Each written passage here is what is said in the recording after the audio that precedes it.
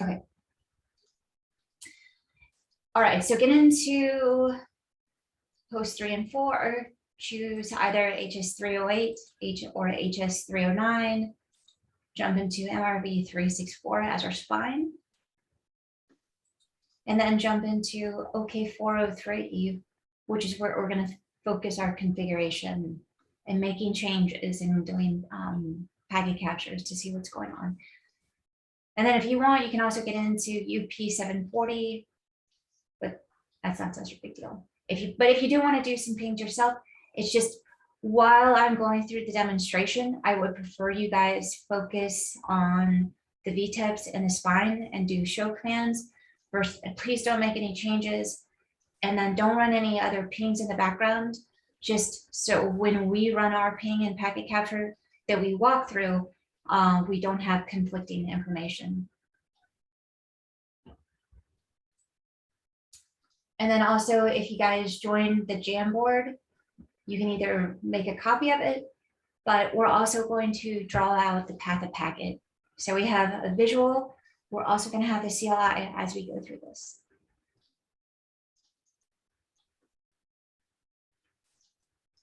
All right, I do have a monitor session running on the spine. So for those of you who've never set anything up to mirror packets to the CPU, it's just 2 lines of configuration. You're going to name your session, so OTAC, and you're going to set your source.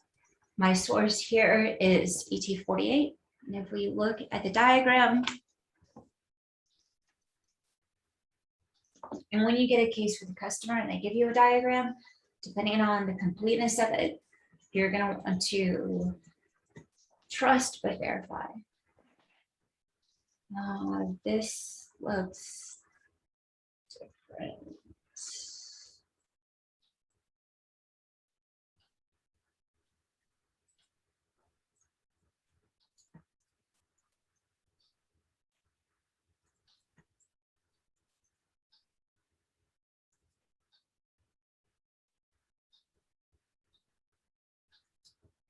So I'm just going to check.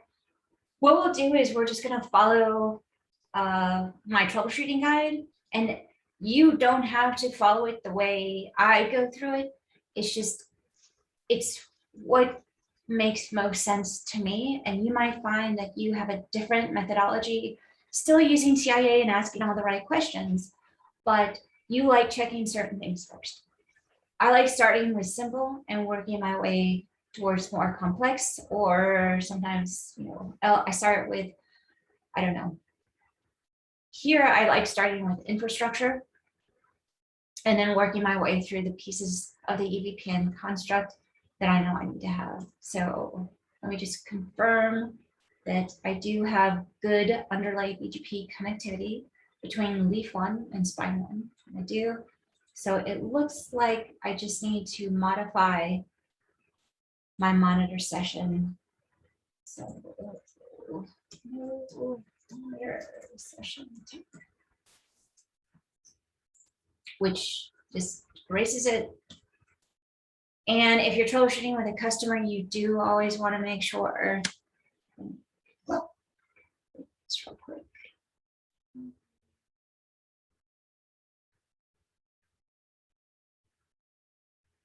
So this was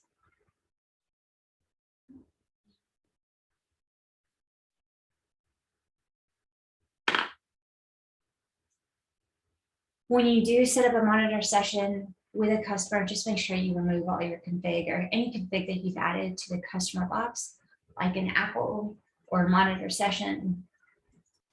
So monitor session tab. And here you can see the different options that we have. I'm just going to do a source. I notice I don't have an option to mirror to CPU of VLAN. But I know that this is Ethernet 5 because I want to catch everything that ingresses and egresses this port. We do monitor session. Tag again and set your destination.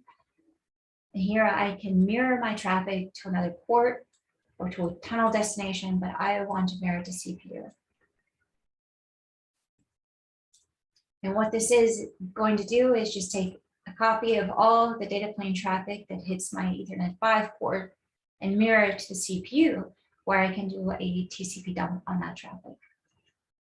I also want to just point out that I am on a Trident box, the T3, and the T3 started supporting this. I don't know the exact code, but I'm on a new enough code that I can run a mirror to CPU. But on the older Trident boxes, you cannot mirror to CPU. So if you're trying to set up your destination and you notice that the CPU is not an option, then check which box you're on, because you are on a platform that does not support it, or possibly on an too old of a code to support it. We do have other troubleshooting tools that we can use, like SFlow or Apples, or doing some Broadcom trickery. But hopefully we're on new enough code that you guys don't have to worry about that. Okay, so let's double check and make sure that our monitor session is up and running. And it is. I can see that it has created this interface, mirror 0, for our traffic. So what I'm going to do is I'm going to take this mirror 0 and I'm going to use it to do this little trick, which hopefully you guys can see. If you have not seen this handy functionality before, that if I SSH to my management interface and I run this command, I can pipe the output to Wireshark on my local laptop.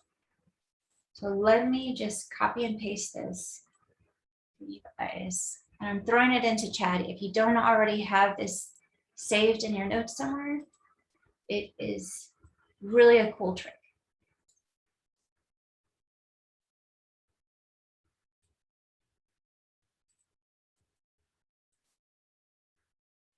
All right. Sarah, is it possible to go over it once more? Yeah, Rob, say that one more time. Could you like show that once more? Like, which part? What did you do right now? Okay, so what I did was I built a monitor session, which is how we do spanning in Arista.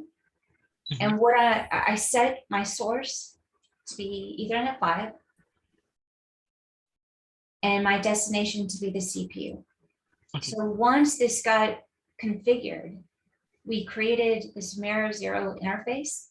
And so if I just wanted to do a TCP dump here, I could do TCP dump -I on my mirror interface that I created. And it's just going to show me everything that's hitting this interface, which is not super exciting because there's nothing hitting it right now. So that's, you've probably seen this trick. When we hit enter, we are going to open up a Wireshark and capture it that way, which is interesting to do when we're talking about EVPN, because I want to dig into the BGP packet and where we'll see all the fields that we talked about yesterday. Okay, thank you. All right, so that's set up on spine. If you have multiple spines, which is fine, just make sure that you have shut down some interfaces so you know exactly which interface you're expecting your traffic on. Because you don't want it hashing to spine too, and you've got everything set up on spine. All right, so the spine is set up, but let's see what we do have. I know right now that if I'm trying to ping from host 1 to host 3, because we're starting with L2VPN, we're not doing any inter VLAN traffic. So like an interstate highway that goes between states. Inter VLAN traffic is traffic that leaves one VLAN to go into another. Intra VLAN traffic is anything within my broadcast domain. So anything within my VLAN domain. So right now with L2VPN, we're only concerned with intra VLAN traffic. But as you can see here, I can't even ping host 3 doing the intra VLAN traffic. And if we took a look, we might, if we were troubleshooting this, there's any number of places that we can start. But as soon as you ask that CIA question, has this ever worked? And I tell you, no, this has never worked. Or this is a new VLAN, or this is a new fill in the blank, then we're going to start and check and make sure our config is done correctly.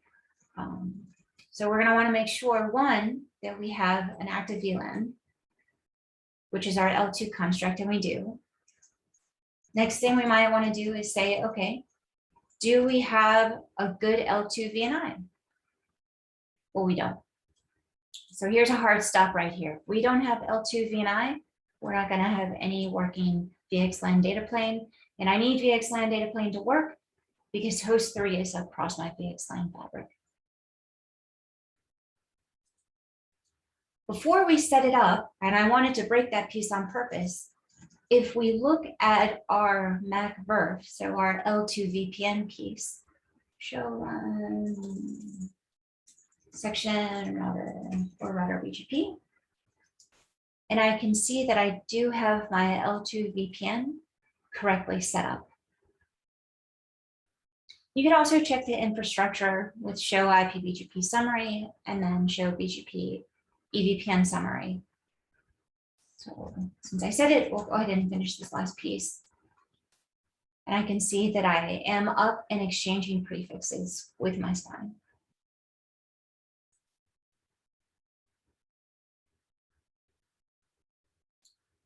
All right. So I'm curious as to what prefixes we're actually exchanging if I don't have an L2 VNI. So one of the things that I know that we can look for is, do we have a floodless build? And we don't. So there's no bum traffic being sent anywhere, even though we do have our L2 VPNs configured, but that makes sense because we don't have an L2 VNI. Without an L2 VNI, we can't, one, advertise to remote VTEPs our interest in a particular broadcast domain, or two, have anywhere to receive. So even if we receive type 3 routes from leaf 2 and leaf 3, our route targets are correct, so we import them. We're not going to build out the flood list that leaf 2 and leaf 3, or actually just VTEP 2, is interested in VLAN 10 traffic because we don't have the L2 VNI to map it, to reverse map it. Let's actually take a look at that. So again, we're just looking at control plane state. We know that our data plane state is broken, but EVPN is not broken, which means we should be receiving routes from VTEP 2. And that includes type 3 routes and potentially type 2 routes. So our go-to command, which is going to be one of our favorites, show BGP EVPN route type. And hopefully you guys are running these commands in the background as well. If you need me to slow down, please do. But I like the muscle memory, which is why you guys are in these boxes too. Hopefully these look a little bit familiar from yesterday. We talked about type 1 and type 4 being important route types for establishing control plane when we're using multi-homing. What we're interested in today and this week are these 3 types. So type 2, type 3, and type 5. What we're looking at right now is the type 3. So the type 3 is going to build out our flood list. I want to know every VTEP that's interested in VLAN 10, because if VLAN 10 has any sort of broadcast packet that needs to go out or an unknown unicast packet, then this is to whom they will send this information. So that would be an IMET. And then I can get granular. I can use the VNI if I wanted to. We'll use the detailed keyword. But for right now, let's just hit enter because I know I don't have much here. Oh, I forgot. I actually do have another set of VTEPs. So let's do this. Let's use our VTEP, which we can use here as our originating router IPv4 address. So if you are on leaf 2 or leaf 3, and you did a show IPN brief, then it is custom to use loopback 0 for our EVPN peering. This is not always the case. If a customer is just trying to mess with us, they might use a different loopback. So you'll just have to go into router BGP and see what they have, as well as your VXLAN interface to see what they have configured. But traditionally, we use loopback 1 as the source of our VTEP. And leaf 3 should mirror that as well. I can see that from here that it does. And it should be identical because leaf 2 and leaf 3 are positioning themselves as one logical VTEP versus 2 standalone VTEPs. Leaf 1 is a standalone VTEP. So if we come back to leaf 1 and we add that 2222, let's see what we get. Our output now just gives us the information, specifically the IMET type 3 routes that originated from VTEP 2222. I noticed that I have 2 different route distinguishers, one with 102 and one with 103. And this helps me because I know that 102 is leaf 2, and I know that 103 is leaf 3. So if we were having an issue with just one of those peers, this would provide valuable information to me here. We discussed this yesterday. If they didn't want to receive all these routes, they could use the same route distinguisher and possibly use, I don't know, 123 instead to represent 2 and 3. And because they wouldn't be unique, I would end up with only 2 routes here instead of the 4. So let's add the detail keyword and see what kind of information we can see.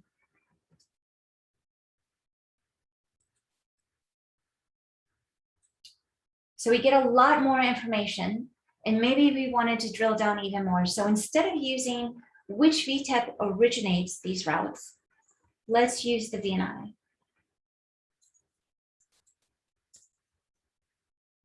Not the VNI. Let's use the RD.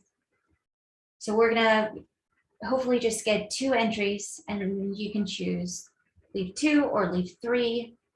I'm gonna use leaf 2.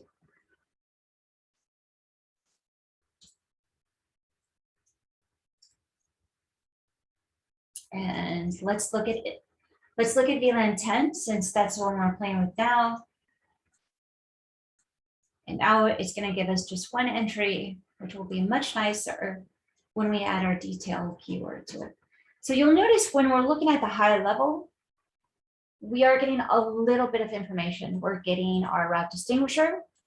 We're getting that it's an IMET route type, the next hop, our local pref, and our path. So this is going to be our spine. And this is going to be the AS for VTEP 2.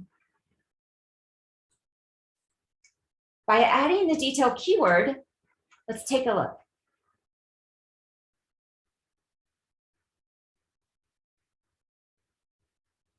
What additional information are we seeing here?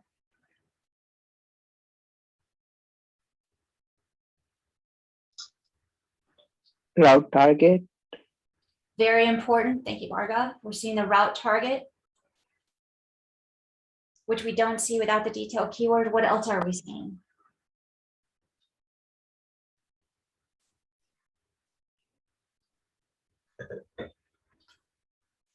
VNA ID. The VNI, very important that this is properly tagged. Again, all of this is control plane state. So if there's anything wrong, then our control plane will be incorrect.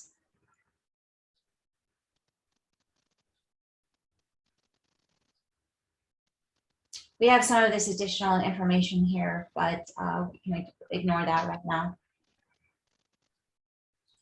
But we'll see also our route distinguisher, which we saw before, the path available. Also seeing it's our best path, our encapsulation type. Really the route target and our VNI are the two key fields that we're interested in when we're looking at our detailed output. So what does this mean? This means that we are receiving a type 3 route from VTEP2 on leaf 1, but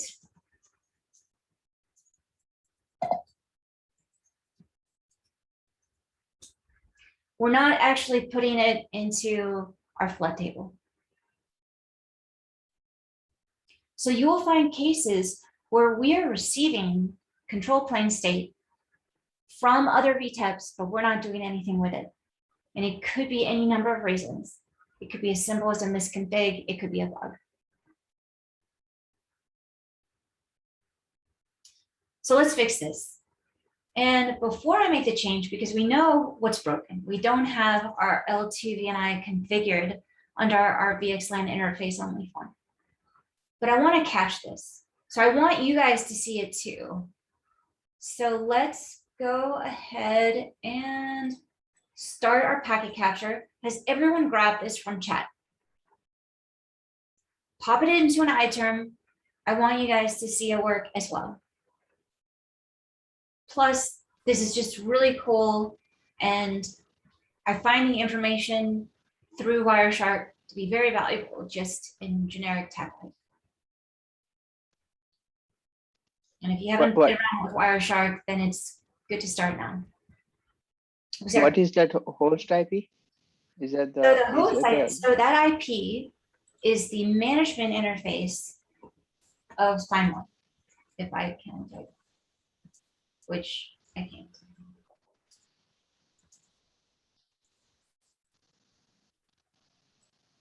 Okay, cool. So we're SSHing to our root here, and then just copy and paste. The mirror 0 is going to be the interface that we're interested in. If we're interested in control plane, then I don't need to mirror it to the CPU.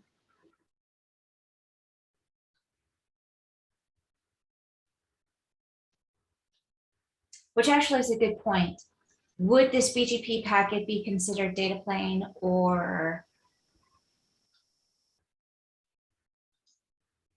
control plane? It should be control plane. Let's find out if we capture it with this. If not, we can change it to ET5. So watch what happens when I hit enter. Wireshark pops up.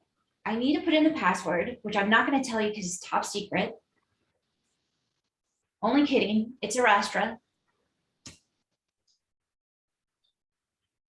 And notice that I'm now listening in Wireshark. So everyone tell me when you have this up and running. Sarah, I have a Windows laptop, so. Oh, Manera. That is too bad for you, my friend. I don't know. We'll have to try to figure out if folks have been able to. Does that mean you don't have Wireshark, or does that mean that I have Wireshark, but I don't know. Can you just pull up some sort of terminal? Yeah, command prompt or. Okay, yeah, and then just copy paste this. See if it works. Yeah, it But doesn't. it doesn't have to be iTerm. I don't think so. It will work, Sarah. Yeah. SSH is not installed. What you can do is SSH isn't installed on his. Yeah. So yeah. what you can do, Nirav, is you might have to take a TCP dump on the switch itself, and then you can SCP those packet capture. I mean, you have to create a PCAP file. Perfect. That's it. It's a little bit more manual, but still get the same thing. All right, so Nirav is going to be doing it a little bit differently, where he is going to just run it here and he can pipe it to Flash, to a PCAP file on Flash, and then he'll have to just download the file from the switch to his laptop and check it out that way. Does everyone else have it up? What is the password, Sarah? Arastra, Arastra, all lowercase, with the exception of possibly Rich and Corey. I know you guys joined late. Just keep an eye on my screen.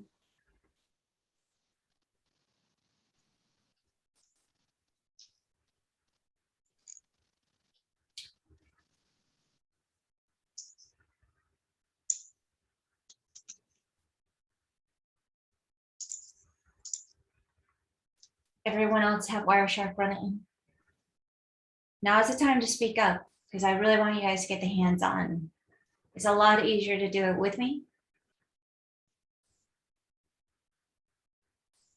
Oh, yeah, sorry, Megan. No, I can't hear you.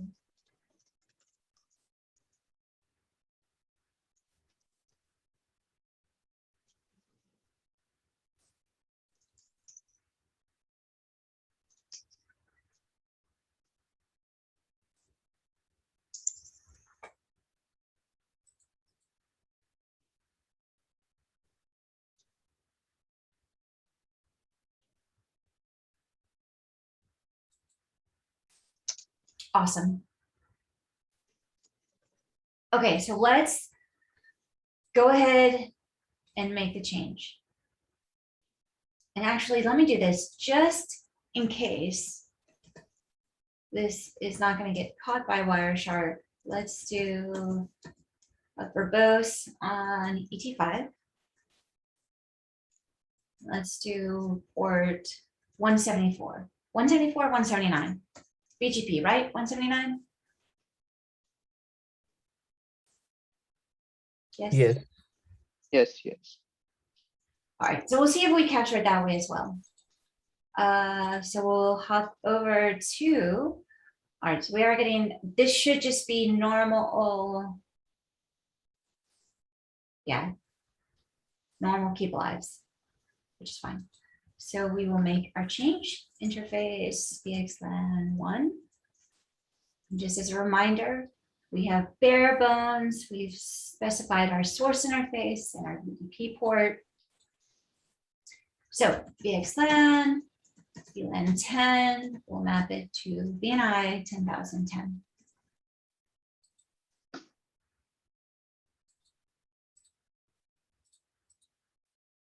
Well, that was super unexciting on Wireshark. Let me try that again just for fun. We'll change this to ET5.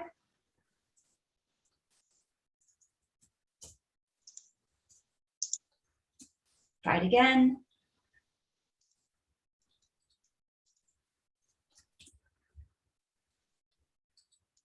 And we'll move it. No. So we got the removal message, but now let's get the real message. All right. And what we'll do is we'll stop this. Oh, shoot. That's not what I wanted to do. Sorry, one more time.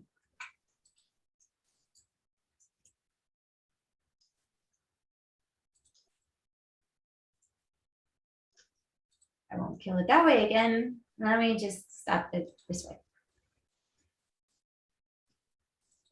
Were you guys, sorry about my shenanigans, were you guys able to capture a packet?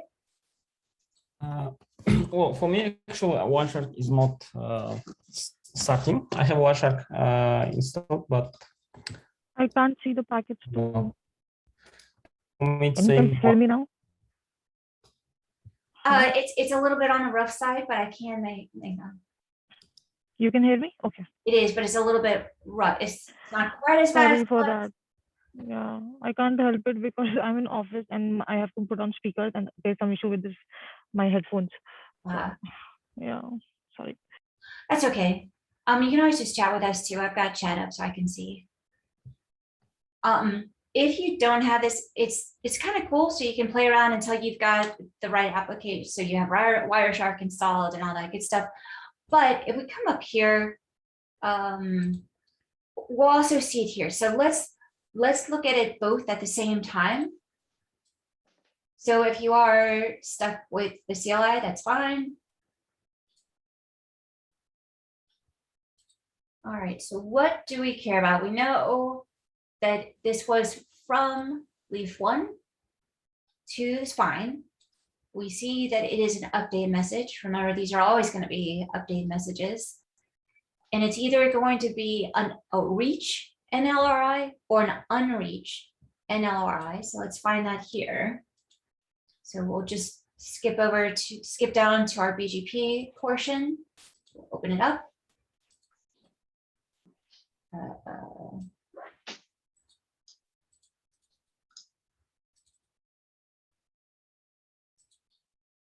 Why doesn't that just open up here?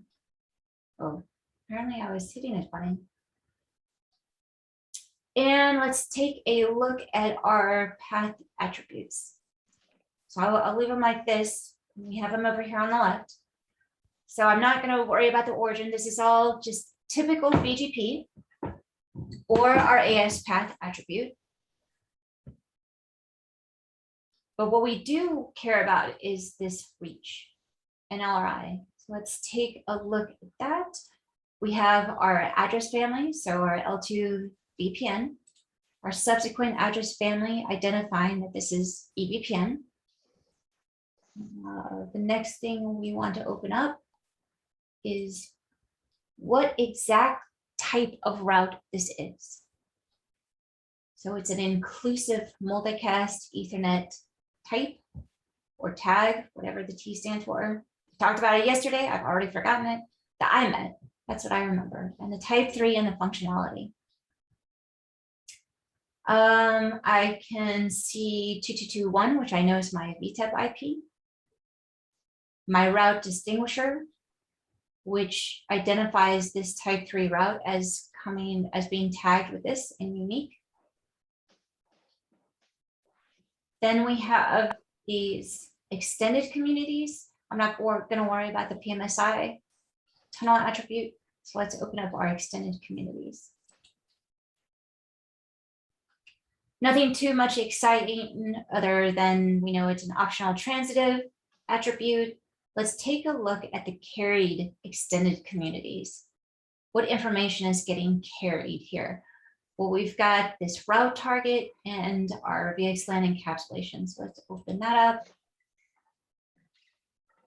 And look at this really important information that's being carried here. Our route target of 10,010, and our ANI of 110. Sorry, 10,010.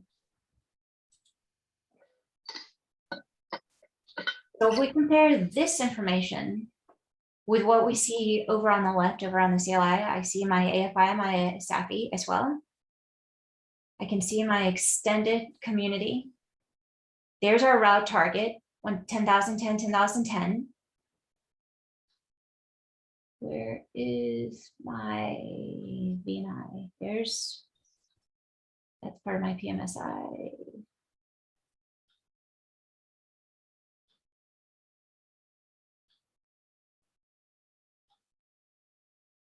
It might be in the hex under extended community, possibly this, that it doesn't understand. Who's good with converting hex?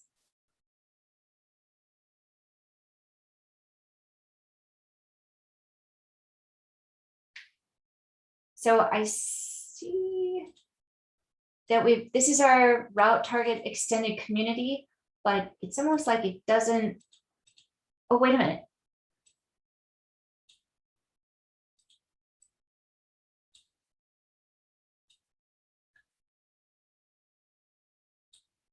Zero 3C.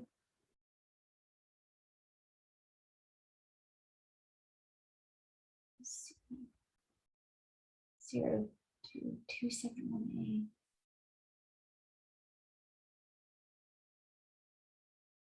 All right, I'm not going to mess around with this. I'm sure one of you very, very smart engineers will figure this out. But that's the one thing that is missing from doing it on the CLI versus using Wireshark, is that we don't see the L2VNI here. And probably you guys will write a cool little article where we can convert this to confirm our L2VNI and L3VNI when it comes into play. But we're still getting a decent amount of information. And yeah, it's a little bit annoying that we don't get to see the VNI tag, because that would come in handy in troubleshooting. But you can at least get started until you have Wireshark to take a look at the PCAP. All right, so now that we've exchanged our type 3 routes, what do we expect to see on leaf 1? Who can tell me? I guess we can see the MAC VTIP's MAC address with the same VNI.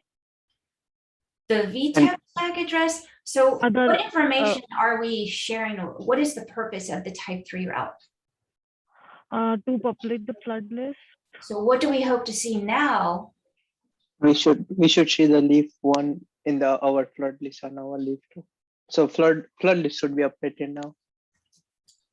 Let's see. So we And there we have it. Yeah. So now that we have configured our L2VNI, what are we receiving?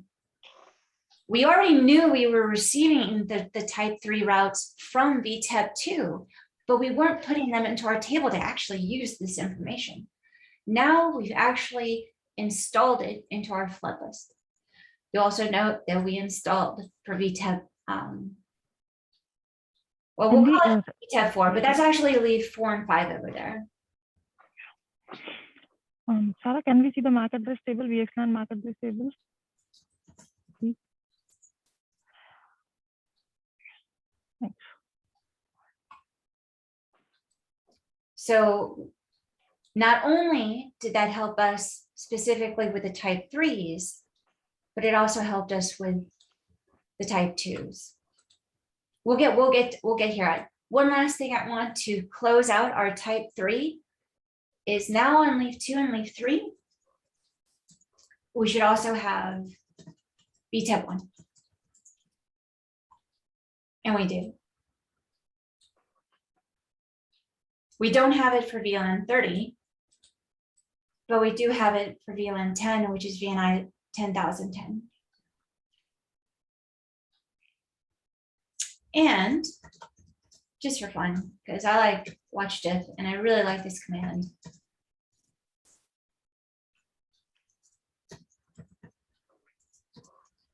Let's do it for RD. Oh goodness. Was that the RD?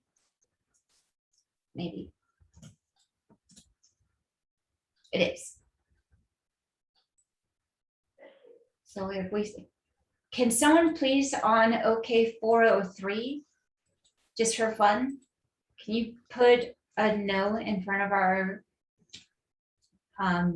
mapping? Can someone just kill that for me real quick? Sure, on it. And if I hadn't have stopped this, then we would see. Yes, I did it. Yep, we lost it. Because as soon as we don't have a critical construct for our VXLAN EVPN fabric, then a BGP withdrawal message will be sent out.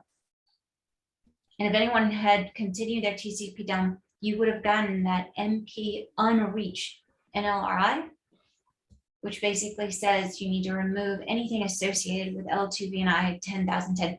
Go ahead and re-add it.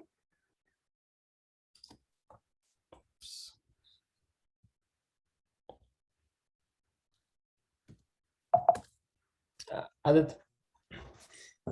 And now we have it. Because as soon as that gets configured, it's going to be sent out to all EVPN peers. And then every EVPN peer will get it, even those that don't care about VLAN 10. But this one does care about VLAN 10. And we know that because it has a macro for it. So our L2 VPN piece, and it has a route target that says to import any packets that come in with that 10,010, 10,010 route target, which we saw that this did. Sorry, this is what it looks for. So when we have a match here, we will import it. And if we have that L2 VNI, we will install it into our tables. So, any questions on the type 3 IMET?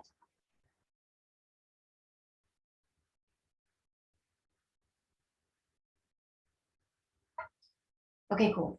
So now let's start thinking about our type 2 routes.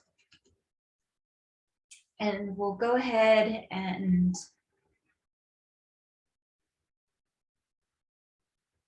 so which packets are you looking for, Megan?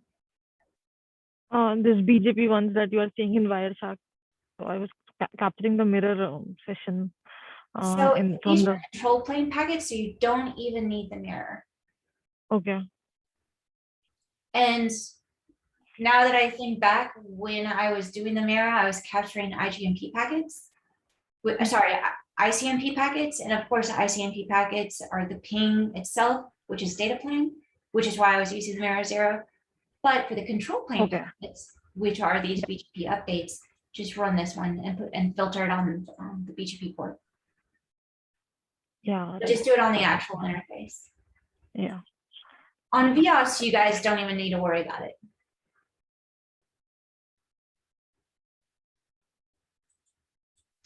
All right, so now we're gonna just switch gears and look at our type 2. If we, let's just break the VXLAN real quick.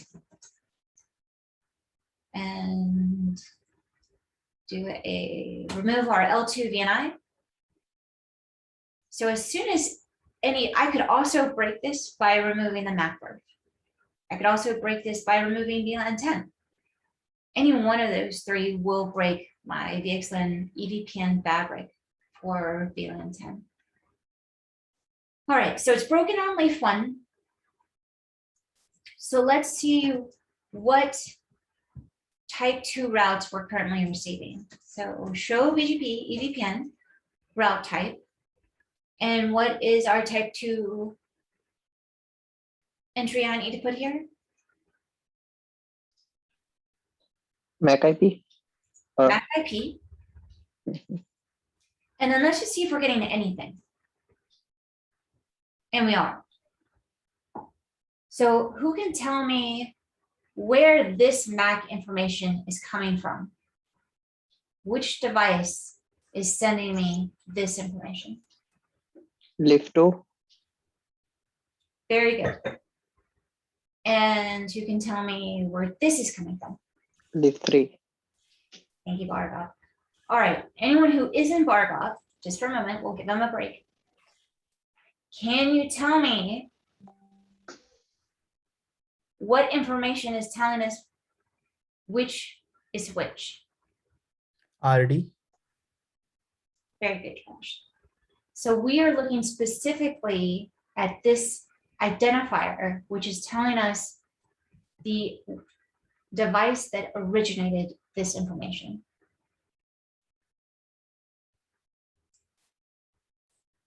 So let's take a look at this particular map. And I just want to look at it for one of them. So I will just pick this RD. So I'm going to pick leaf 2. When you guys run it, feel free to choose leaf 3. And I can do a detail. I also could look explicitly at the map if that was what we were troubleshooting. So whichever one you pick, add the detail keyword to the end of it. And what do we notice about this type 2?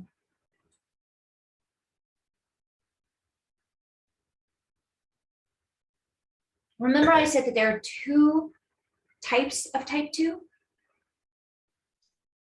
Yeah. I guess one sends only the MAC IP and other sends the MAC plus IP. Exactly right. And we only see our MAC here MAC. because we're only running L2VPN. So it doesn't matter. We have zero need for ARP. We're going to be bridging everything, and we cannot leave our VLAN. We have no gateway.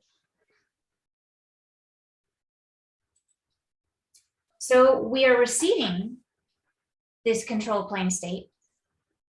Now let's check and see, are we installing it in hardware? What do you guys think?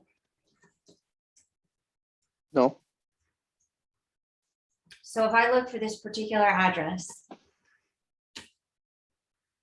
nothing. Just to confirm my format's correct.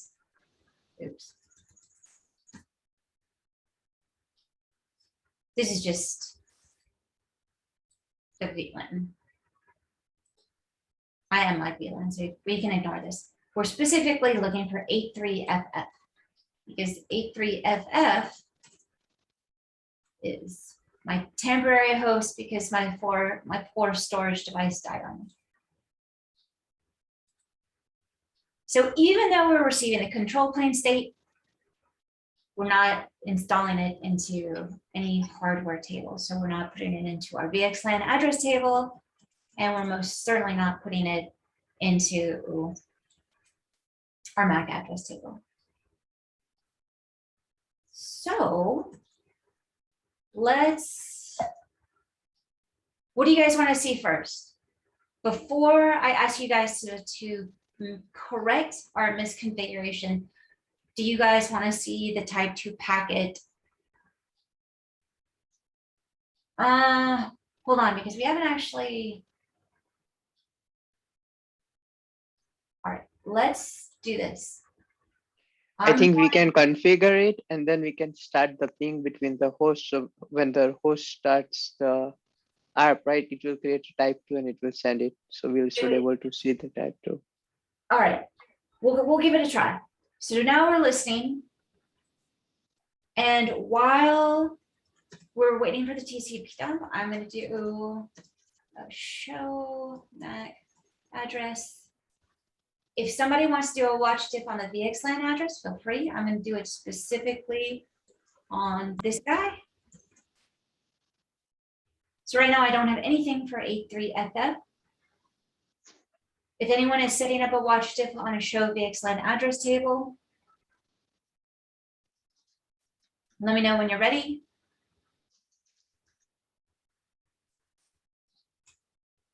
We've got some key lives going. We've got LLDP going. Okay, go ahead and add our L2VNI back to our VXLAN interface.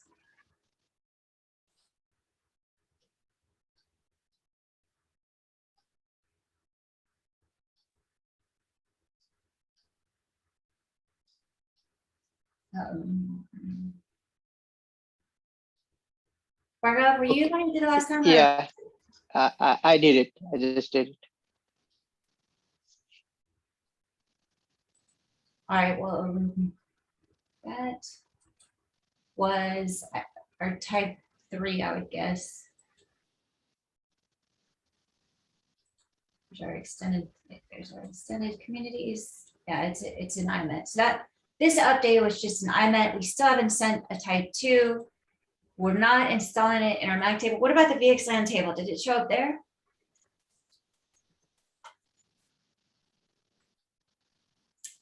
Did we lose it?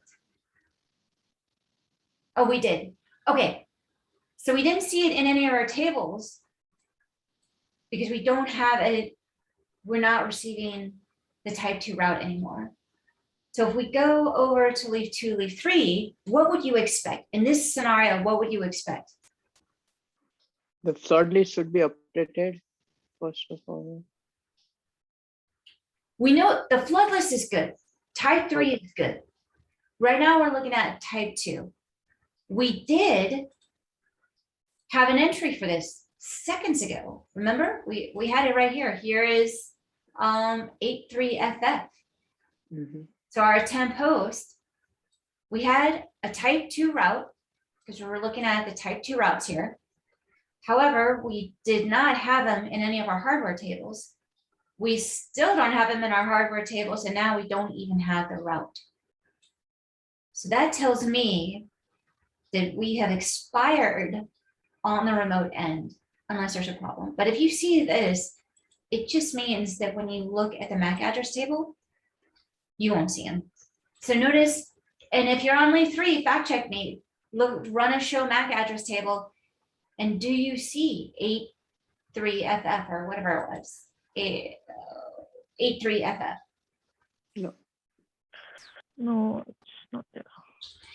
And that is what is going to send off that type 2 withdrawal.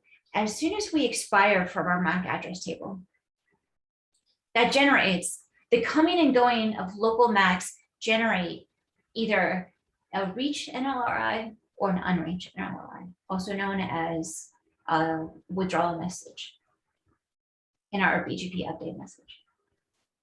So we haven't spoken to our temp host in a while. So he just timed out. So have you guys thought about the implications of the MAC address timers, expiry timers, and the ARP expiry timers?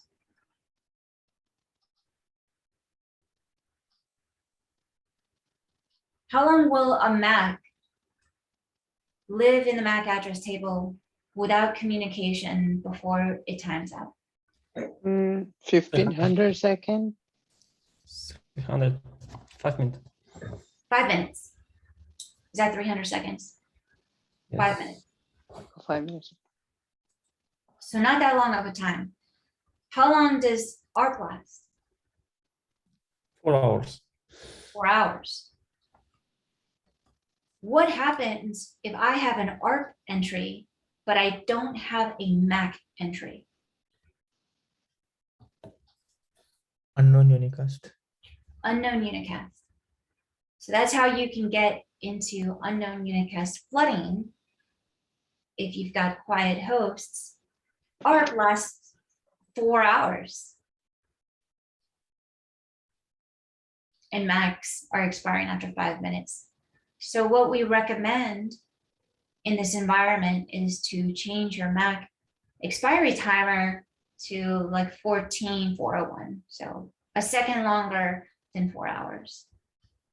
But these are some of the implications that you might run into with customers if they're seeing a whole lot of unknown unicast, where it could be just a misbehaving host or hosts. But the symptom you see is a whole lot of unknown unicast flooding if you have VMs that are being played with or something else, and they're timing out, but ARP is still there. And yeah, you can see weird issues that just, the symptoms are because that the MAC is expiring faster than ARP is. Just something to keep in your back pocket. In this case, our temp host has expired, which means that leaf 2 and leaf 3 sent a withdrawal message, type 2, to every EVPN host out there, basically withdrawing those type 2 routes. Which is why even when we corrected our L2VPN, it didn't matter, because this was, we no longer have a type 2 route to put into our hardware tables. If we were to wake this guy up, we would. So right now we are in a working state, which means that I should be able to ping across my fabric to my temp host. What this is going to trigger is the generation of a type 2 MAC only route on both leaf 1 and leaf 2 and leaf 3 for their respective hosts. So let's do this. everyone think about something that they would be curious to see. I'm gonna keep this running on my spine. I should capture everything, but we'll see. What types of package would you guys expect me to catch on this Wireshark when I do my ping? I expect the BGP update message, type 2 BGP update message will go out for the Yep. host. So we'll get the type 2s. What else will we get? Oh man, we're doing some secret talking in the background. Oh, So we won't see ARP. But notice that we do have an entry here. So it's kind of annoying, but you'll often have different types of traffic going back and forth across this host, which means we missed an update message. See, there should be update, and in the top there should be some update, but with the unreachability. let's see what this guy is. It's a reach one. Mhm. It's a It's MAC fine. advertisement route. There's our type 2. There's our route distinguisher. This MAC, all right, who is this? 0 DBD? FF, That's not, host not, A, not the one which we are interested, looks like. but this it's is a host BD. A. So this is the type 2 route from host A Oh, yeah. being advertised out to all EVPN peers Mhm. with the route target of 10,000, 10, 10,000, 10. So what we're looking at right here is the BGP update message that got sent from leaf 1 to the spine. And the spine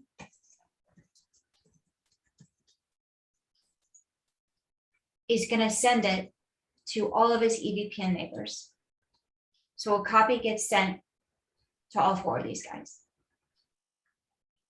Well, to these 3 guys. 3. You're not going to send it back Yeah. to the guy who got it from. So let's prove that. We see on the wire evidence of it. We can see 0 DBD, our host A. This is normal MAC learning. We can see that we learned them dynamically off of port 33.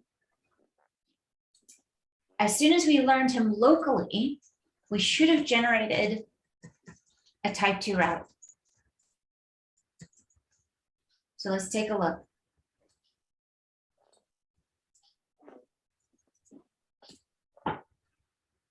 And sure enough, we did. I can see that I have a locally generated type 2 route. I know it's type 2 because I put in MAC IP. I see that it's only sending my MAC out. If it was sending MAC plus a MAC IP, aka ARP, then I would have 2 entries here. I am attaching my route distinguisher, and I'm including my route target, as well as my L2VPN information. So this right here is proof that I generated the control plane state for my locally learned MAC. Because remember, if we go here,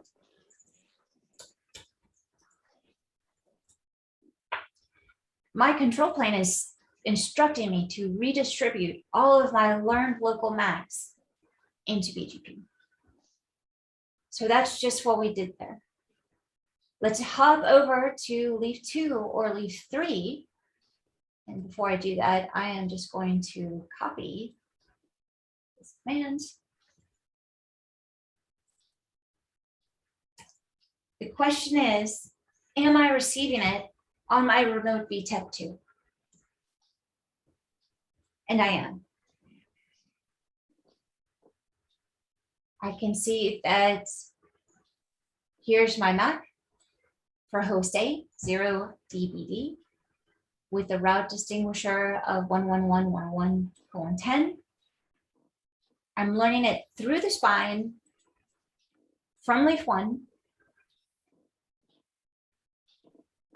with a route target of 10,010, 10,010, and VNI 10,010. Now, if I look at how I'm configured here, sure enough, I have the same route target, so I will import this type 2 route, which means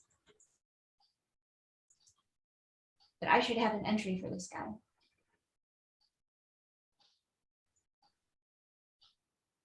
And I do.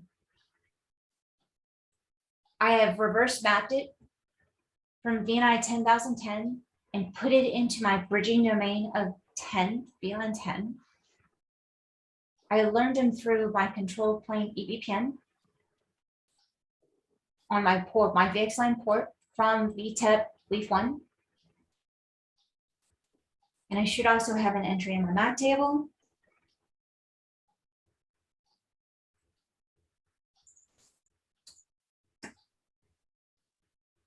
And I do. And I can see that I am dynamically learning him via VXLAN. And again, all we're talking about here is control plane. And that's all we were checking with our packet capture.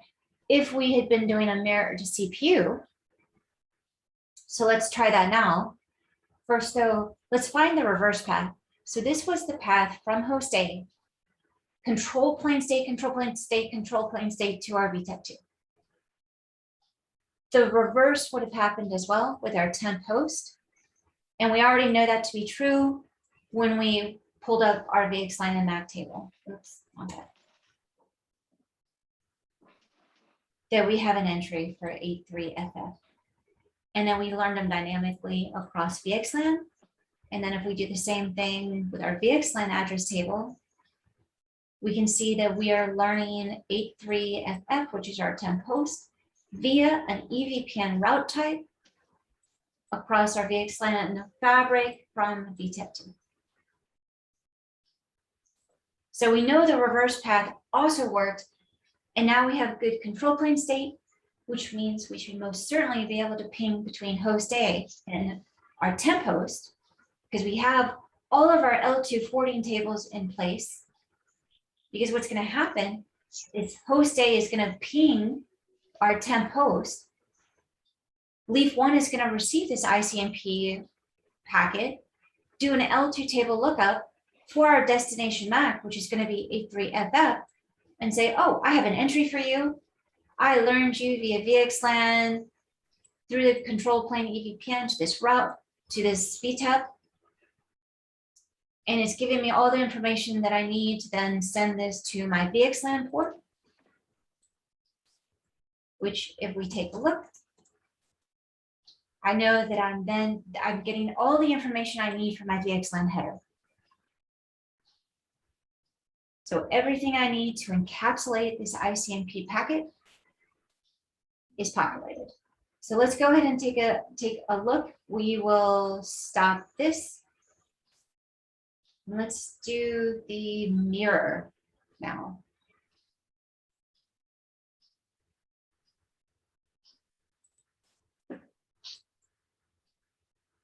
Okay, and we'll do our ping.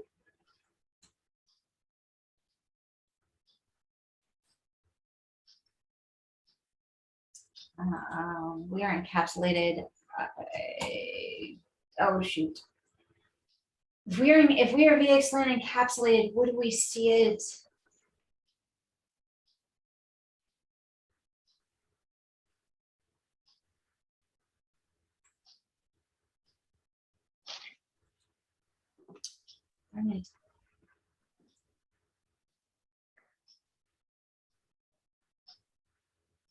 Would we see it here?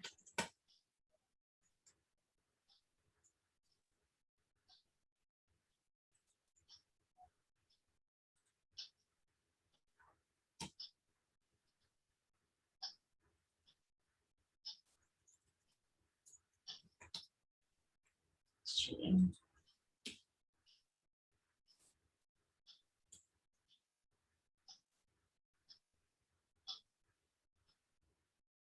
Where can I throw my TCP dump and get this encapsulated packet?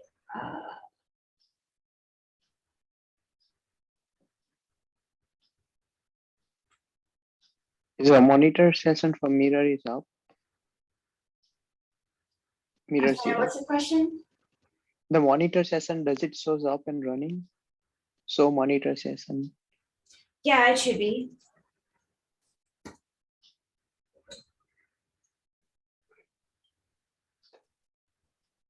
Programming I'm just hardware, trying why to it says remember, no? because this will be VXLAN encapsulated. But here we are not putting any filter, right? We are capturing everything. So even though it's a VXLAN encapsulated, we should see some traffic with the source and destination as a VTEP IPs flowing through, right? We should. Yeah. Why we it should says see program everything, in hardware? No. Is that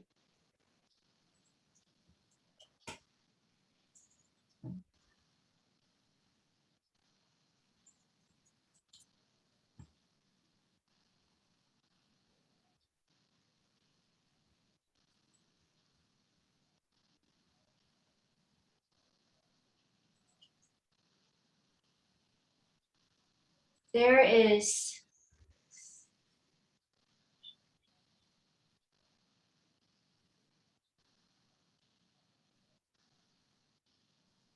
And I get it if I am on here.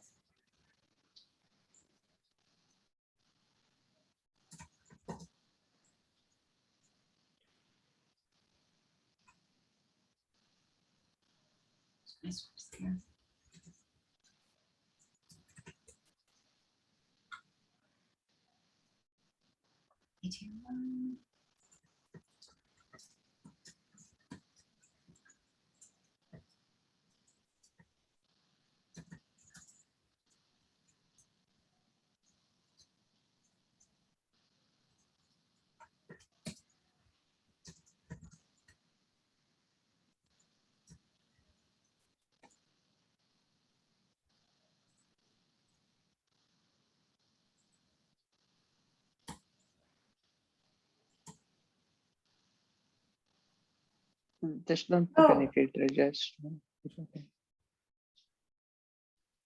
It got it. Sorry, I'm just. Oh yeah. There we go.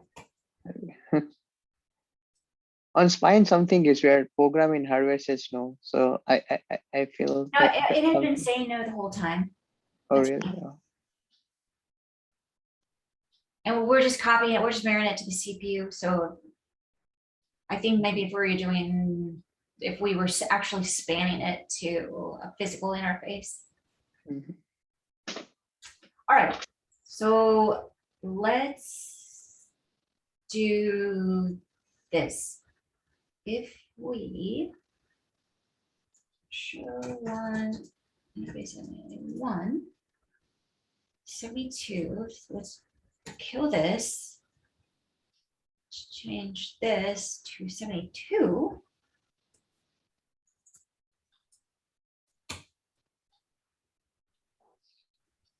Try it again. Why don't you? Oh, that's why.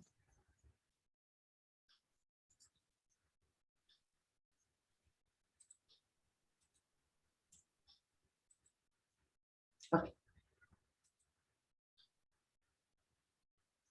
I'm gonna have to think about why it's not showing up on the spine.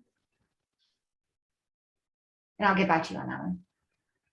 However, we're catching it on leaf 2, which is good that it hashed that way. We got lucky. I can see 10, 10, 10, 100 is my host A.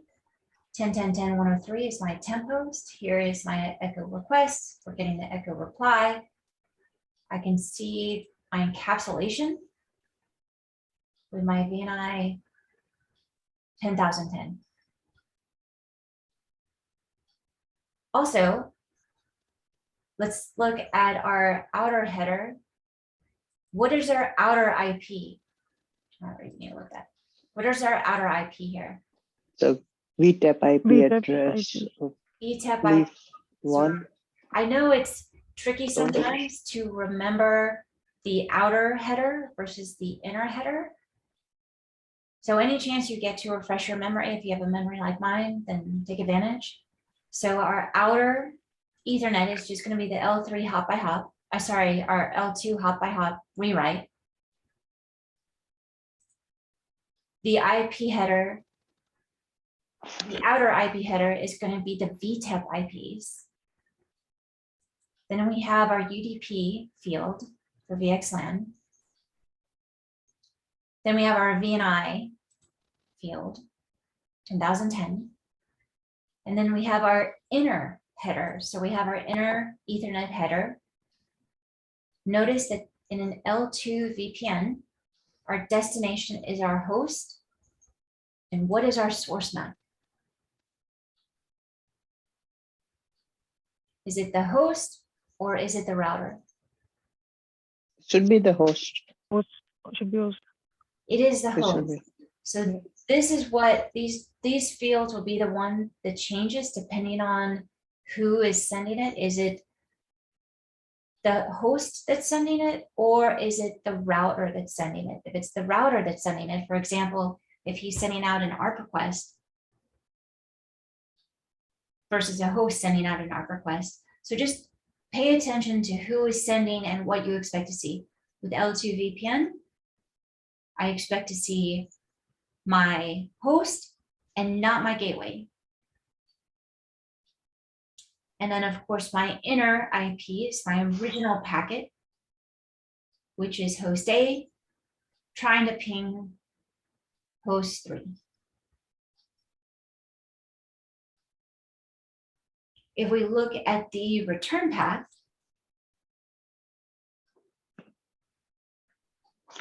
notice here that my VNI is the same because I've obviously not changed that. We're not leaving this domain. This is the same thing as my VLAN domain, except in VXLAN, we talk about VNIs. So we're staying in the same L2 domain. It's just everything is reversed. We're going from VTEP 2 to VTEP 1. And we are going from our temp host to hosting. So, sorry, host 3, or AKA our temp host to host 8.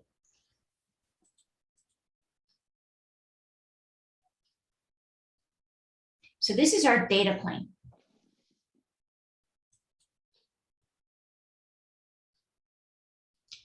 The key things with L2 VPN, we're only sending one type of type 2. Our VNI never changes. We're staying within one broadcast domain.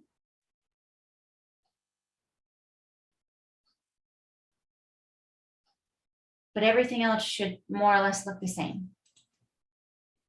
Is there anything else you guys want to see? Is there any other tests you can run? You can see here if I try to ping out of my subnet. Oh, that's obnoxious. Hold on. How can I get?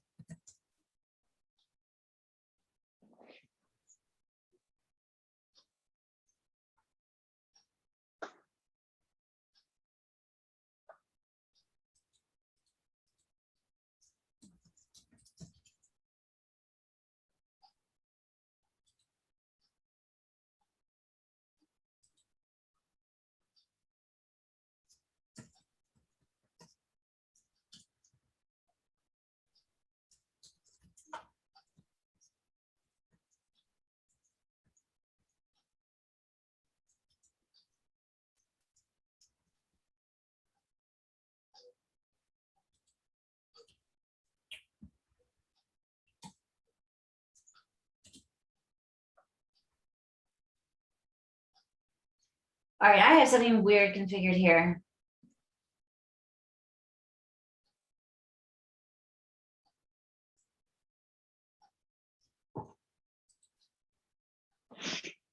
Because I shouldn't have any L3 configured anywhere.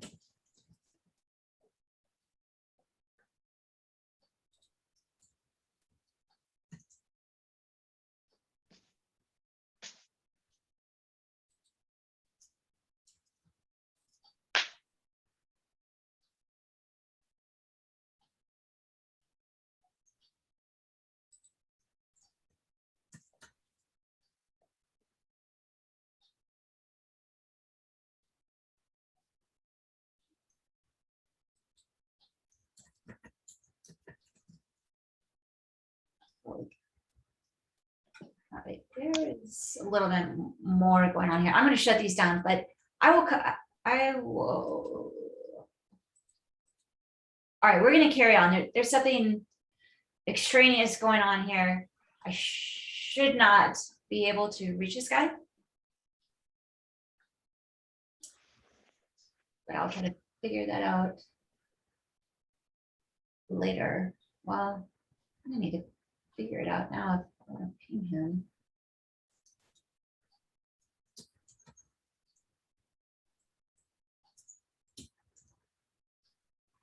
Let me just shut all these down real quick.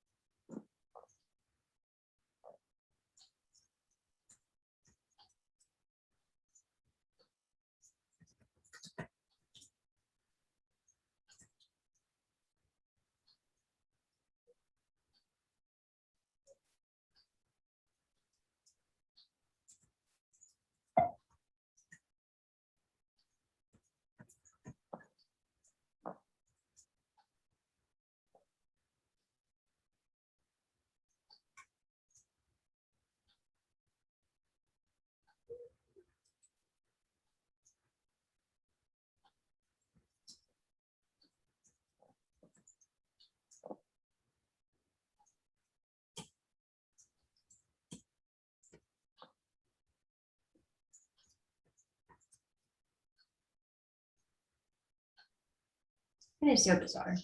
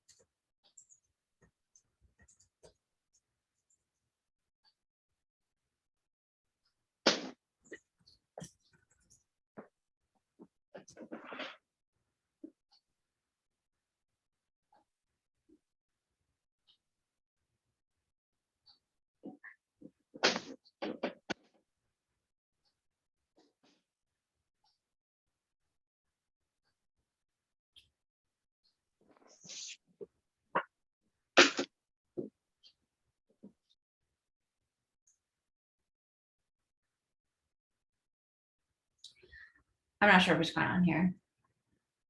If we're routing through the management network, then there's lots of 30/30/30s out there. I should be able to get to my gateway though, since, well, maybe it would, just because it would leave the switch hitting there. Since I have a static route to him, then leaf one should route. And if he's gonna route in the default, all right, I think I'm routing through the management interface because that's the only route I have in the default, and there actually is a route. So when we look at this, I do have a path to take, so there must be something I'm reaching in here. But as soon as we start configuring IRB, then I put VLAN 30 into its own VRF and I take this out of play. So pretend that I cannot reach my temporary host, because if this were a true production network, I wouldn't be able to. I wouldn't have any weirdness, but this is attack lab and God only knows what's happening. Before we start talking about IRB, we will take a break, but before we take a break, does anyone have any questions about L2VPN?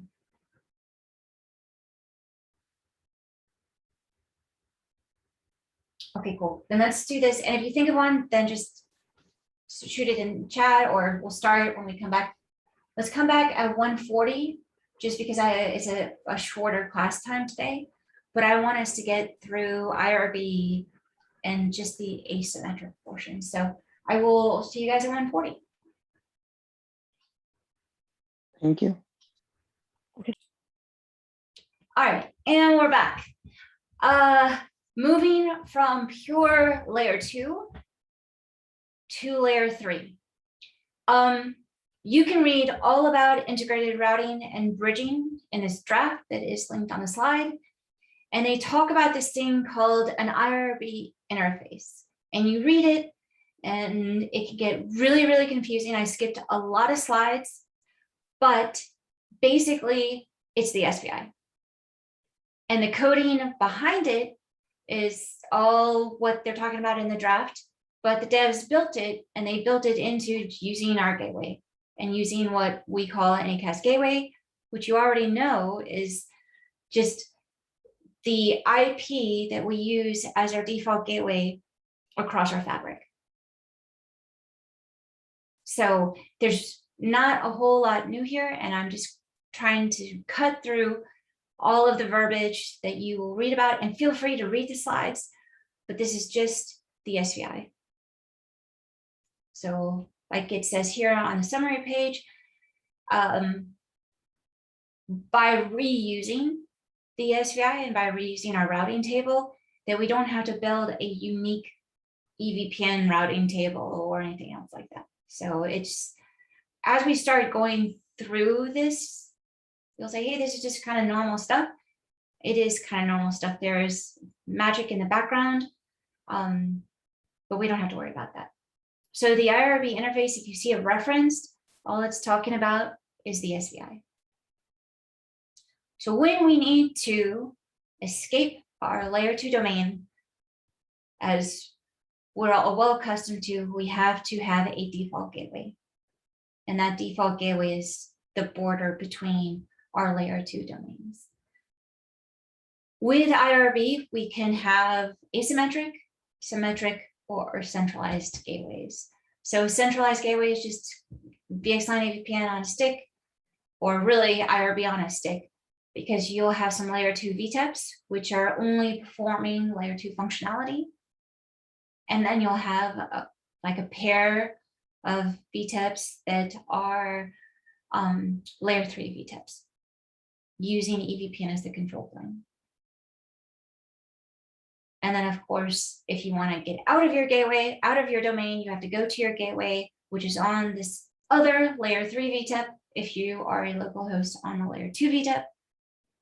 And so you have to go to that pair, get routed, and then come back. So IRB on a stick. Let's move forward.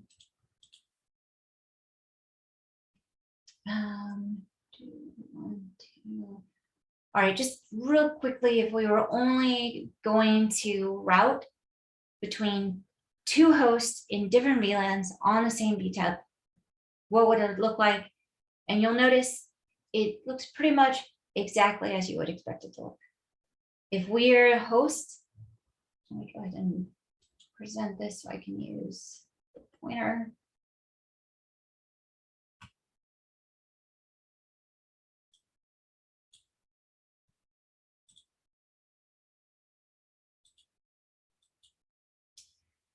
If we are server 12 on the left, and again, we're on the same VTEP, this is switch 1,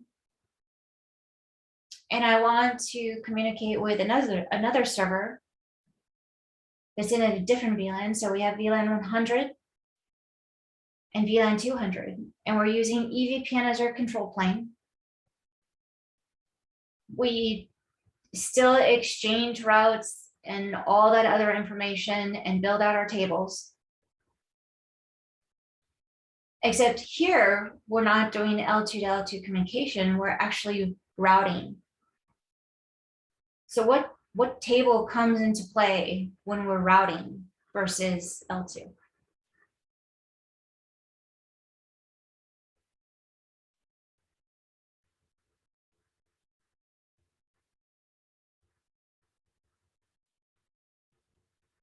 You guys did come back, right? Yeah, we're here. So sorry, the question also, what is the difference when we are doing like So now that we have layer 3 involved, what tables are we interested in, or what table are we interested in? like route type 5? Not route types, but tables. With L2, we were looking at the bridging table, aka the MAC table. We also looked at the VXLAN address table. But if we're routing, what table are we concerned with? Routing table? Exactly.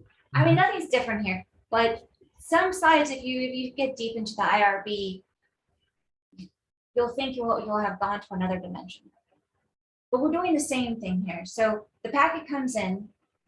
We've got the source MAC of our server 12, the destination MAC.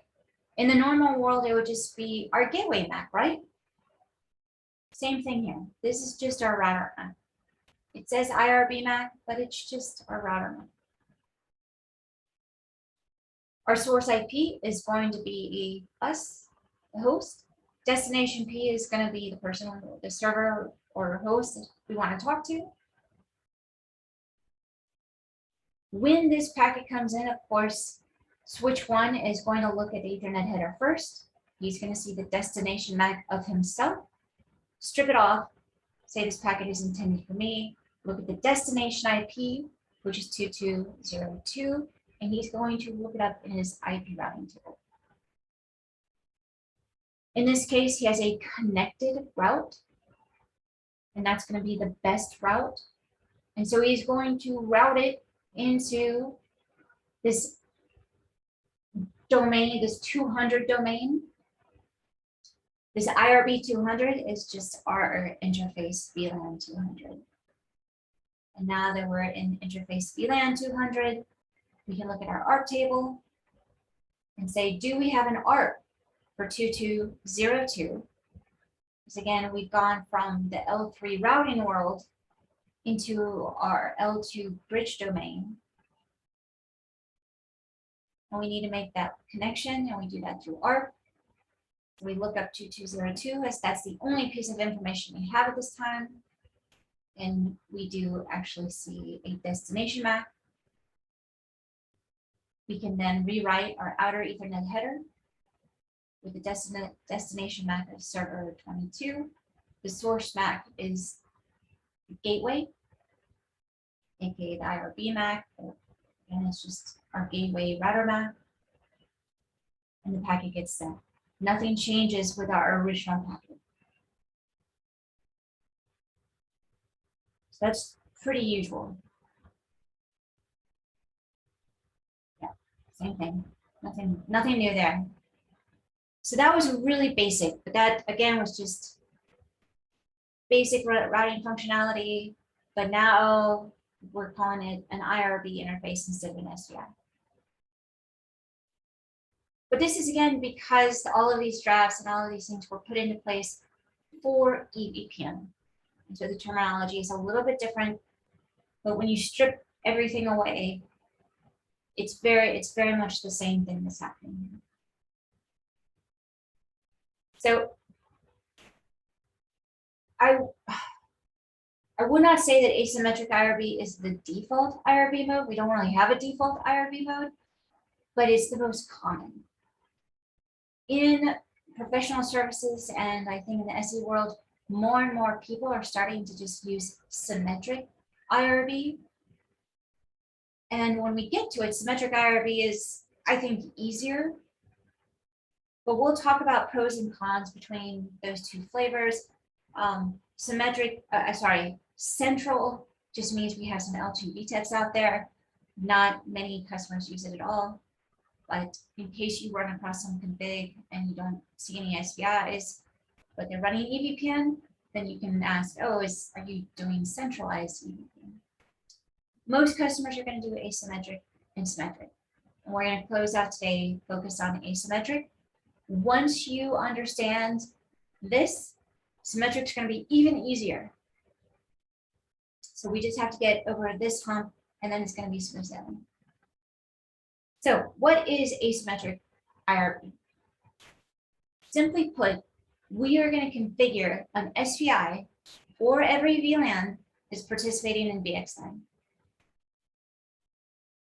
And that sounds like a mouthful, but just go back to your VXLAN. It's very similar to the direct model, where on every VTEP, for every VLAN that we're L2 stretching across our VXLAN fabric, we're gonna have an SPI configured. So on VTEP 1, we're gonna have VLAN 100 and VLAN 200 configured as SPIs. On VTEP 2, we're gonna have VLAN 100 and VLAN 200 and any other VLANs that we're stretching, even if it's 100 of them. VTEP 3, same thing, all the way up to VTEP 500.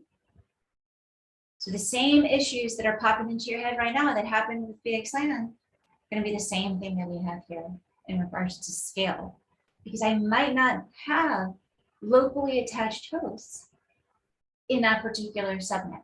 So for example, on VTEP 1, I might not have server 22. But if I'm running asymmetric, I have to configure an SPI for VLAN 200, even if I don't have any locally attached hosts.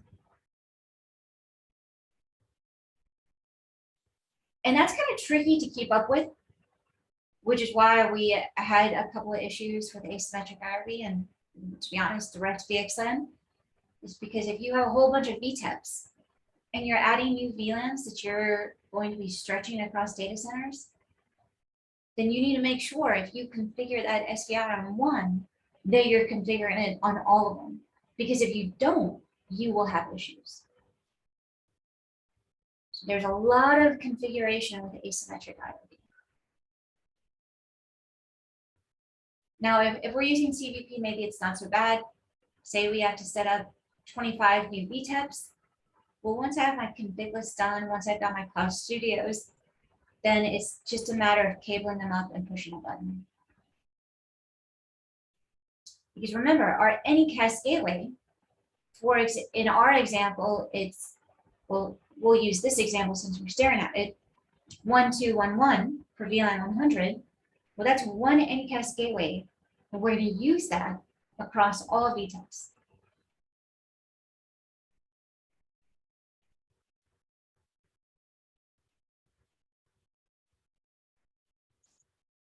So what does it look like as far as a packet walk goes? Starting with the red line.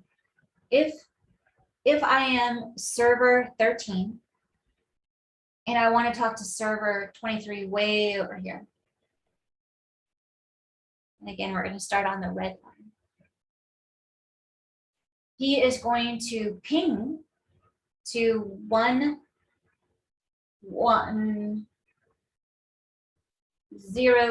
I think there's just supposed to be a dot there. So 1103. And so that's my inner IP header. My source IP 1203. My destination IP is 1103. What is my source MAC?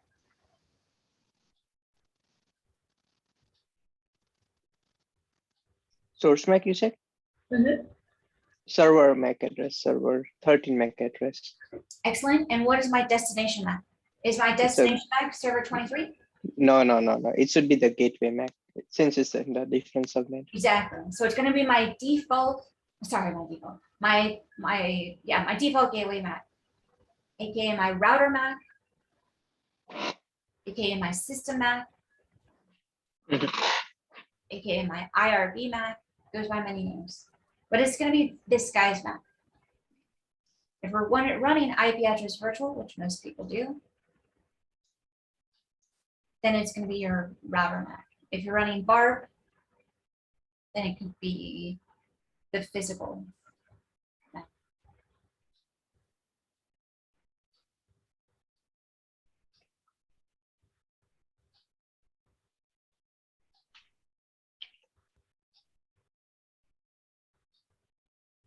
If we're an MLAG,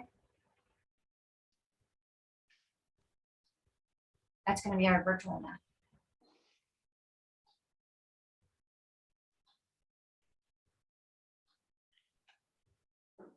So our SPI receives the packet. He knows it's for him because of the destination MAC is itself. Was there a question? No. Sorry. Oh, you're good. Well, he'll decapsulate it. And then the only other piece of information he has in that header is 1103. That's layer 3. We're going to do a route table lookup on that 1103 and see, lo and behold, we have a connected route. Because with asymmetric, we will always have a connected route because I have configured every SPI on every VTEP. So I've got a connected route, which takes me straight into VLAN 200. From here, we're going to do an ARP table lookup. If I don't have ARP, then the VTEP will have to send out an ARP request, not the host, the VTEP, because he's doing the ARP lookup. If we have an entry, then we're going to have all the information needed because we will have learned through type 2 routes how to get to server 23. So we'll have all the information we need here, thanks to our EVPN control plane, to populate our headers. Now, what VNI do you think I'll be using here, my VXLAN header? For VLAN 200? Exactly. So I will be using whatever VNI we mapped with VLAN 200 as my layer 2 VNI. Then I bridge across my fabric directly into VLAN 200 because I've got my L2 VNI straight in here, and then I will normal show MAC address lookup server 23 is out this interface. The reverse packet, though it's the same, and you might think, why is this called asymmetric? Because we're sort of kind of doing the same thing. I'll tell you why they named it asymmetric. When server 23 replies, he again is going to send his packet to the destination default MAC of his SVI gateway, who then is going to do a route table lookup and sees that VLAN 100 is locally connected, which is the rule in asymmetric IRB. If it's not, then it's either misconfigured or it's not asymmetric IRB. So he drops into the VLAN 100 domain, where the SPI will, the process will look at ARP, find all the information he needs to map 1203 to the MAC information. Because remember, we're in VLAN 100 now. So we're talking MACs, we're no longer talking IPs. And he has all the information, including the layer 2 VNI, which is what? Is it VLAN 200 VNI here?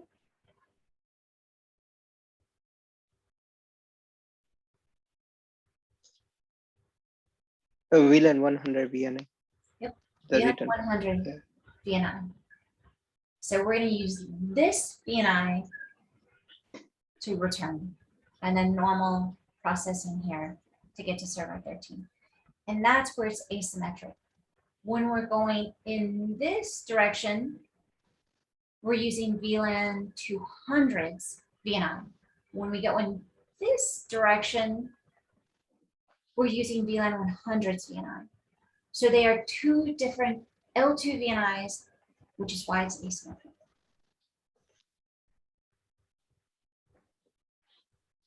Notice that routing is always done on our first VTEP.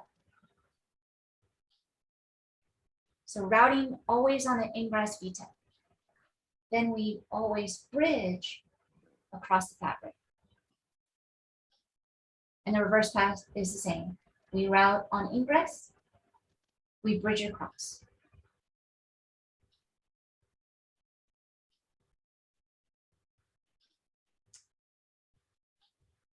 Any And questions? you said earlier that most of the customer, I mean, it seems to me that this should be the ideal flow of the traffic. So do you see the asymmetric IVR in EVPN in most of the customer case, or do they do the symmetric? I don't know how the symmetric works, but I assume since it does the forwarding lookup on the first hop router, it is how it should be. So we will discuss the pros and cons of asymmetric versus symmetric, but I want us to understand the fundamentals before we have that conversation. Sure. Makes more sense to you all. Because what we're gonna start talking about is scale. And we're gonna talk about MAC address table and ART table scale versus LPM and LEM table scale. So longest prefix match, longest exact match, tables versus ART and MAC.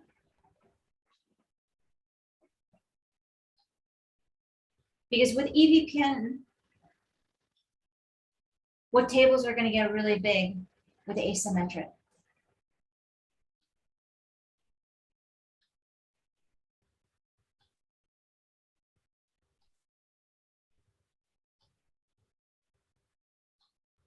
We'll get there. But I want you guys to think about that. Think about the tables that are being used with asymmetric. All right, let's configure this.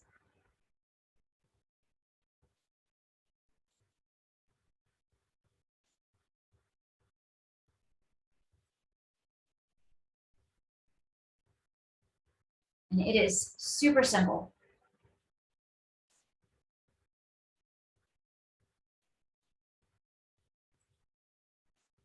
In fact, let's do this. Who's been quiet today? Me here? I want you on leaf 2 and what's been quiet? Hey, Mirav, I'll pick on you only because I'm staring right at your name for no other reason. You have asked some Please. questions. I want you on leaf 3. And I will configure leaf 1. Now the good news is all of the configuration is going to be exactly the same. So I'm on leaf 1. And even though I do not have any hosts in VLAN 30, I'm still gonna have to configure it. So let me configure my super special integrated routing and bridging interface. Done. Not really. I am gonna put them in a VRF just because I want us to start playing around with VRFs. And also because there's some mysterious stuff afoot in our management network. And then I need to give him an Anycast gateway. So IP address virtual.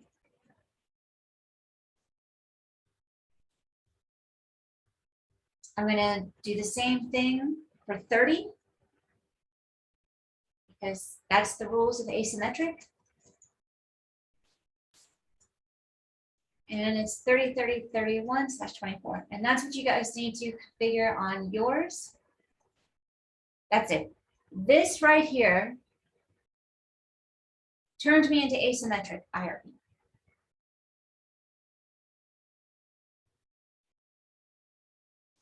Notice I didn't have to do anything different here. Oh, but I do have to do one thing. I have to make sure I'm mapping 30. I also need to make sure I have a VLAN 30. Because otherwise, none of this is going to work. Everything will break.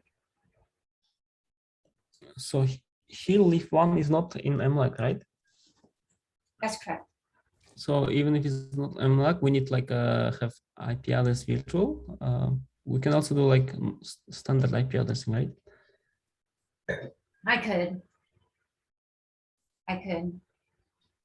I could leave out the virtual and still use this. But only because I've seen some people work or some customers do that, I would always use this. I consider IP address virtual to be our Anycast gateway.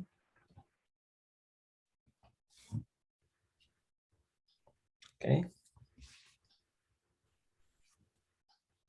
It doesn't cost anything. It doesn't change anything.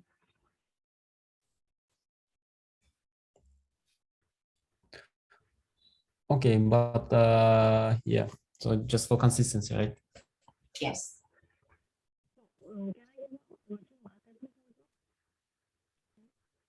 You're breaking, Meghna. She wants to check. Looks like more virtual Mac.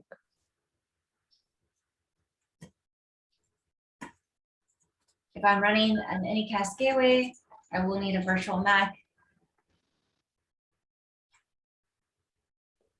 which I actually already have configured. We do want to make sure this is the same MAC address across all of our VTEPs though. So ABC.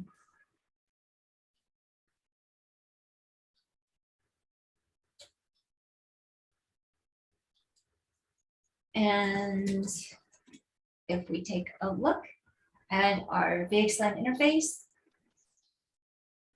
you of course want to make sure that we're using EVPN to build our flood list, that our remote learning is done via EVPN. We can see our static mappings, our dynamic mappings, which we've had some interesting cases about that, but that's for another time. I can see my head and my flood list is already built. I don't have state yet for VLAN 30. Why do you suppose that is? What piece have we not done yet?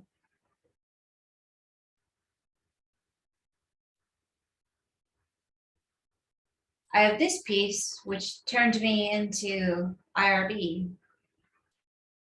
But I added all of this stuff. So if I'm adding a whole nother bridge domain, what do I also have to add?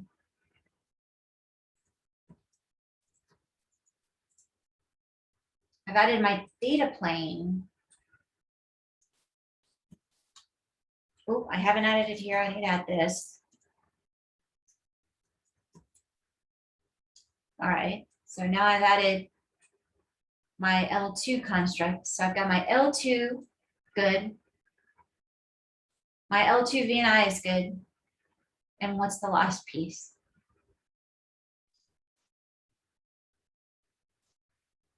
VRF inside the VXLAN.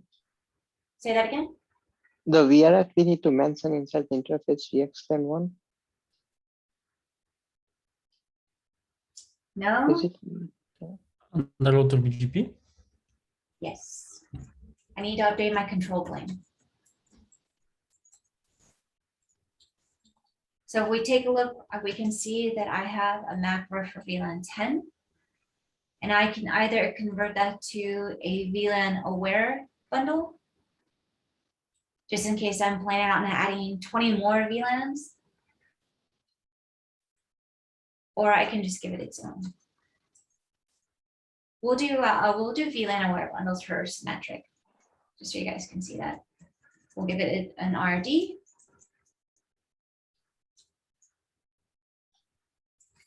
I need a route target.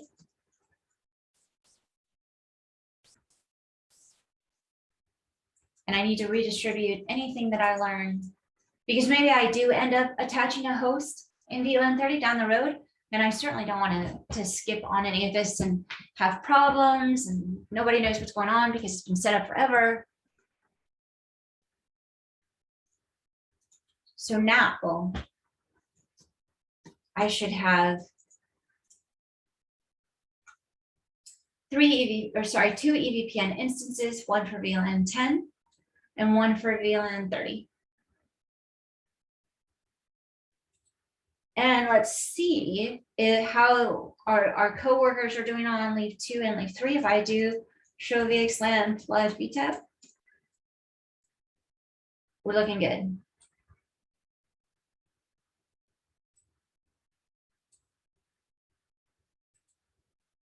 So I know I'm getting type 3s and I'm installing the data that I'm receiving from type 3s. Let's see what other kind of information we're getting.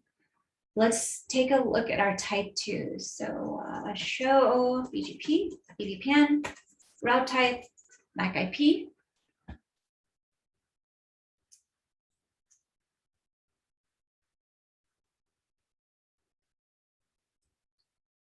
We're getting something interesting here. What is this?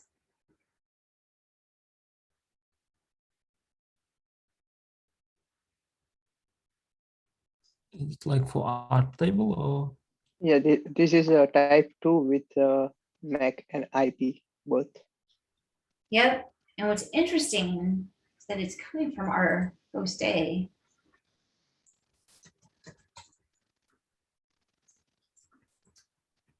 Which should have been shut down.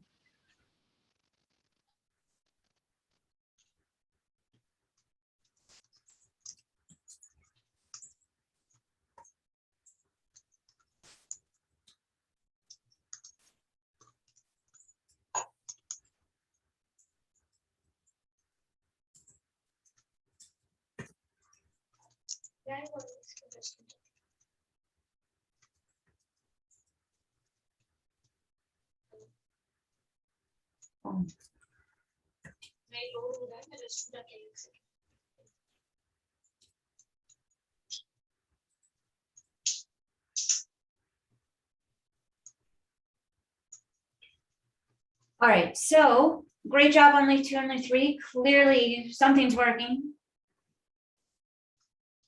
And if we're just looking at a high level, I pinged from host A. It should have been.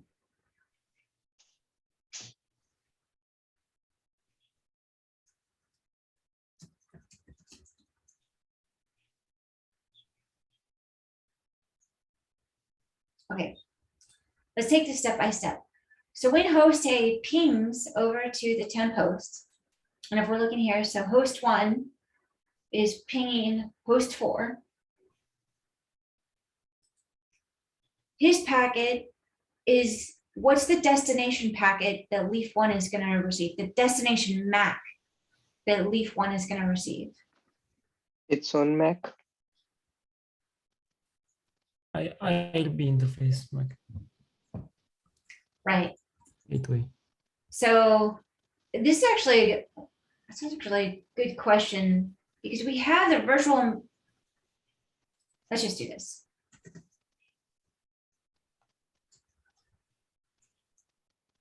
No. Okay. So even though we have that virtual MAC configured, we're still using the physical MAC. The D405 is this guy. No, it's not. It is.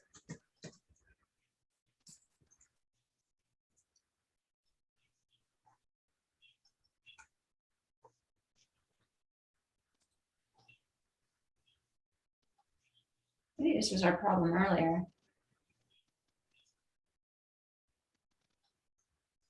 Sorry, So LRDP. it's this guy. Wait. Nope.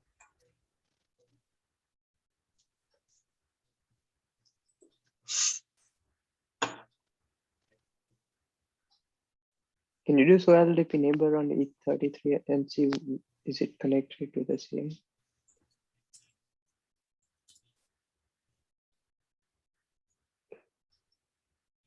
Yeah. This is.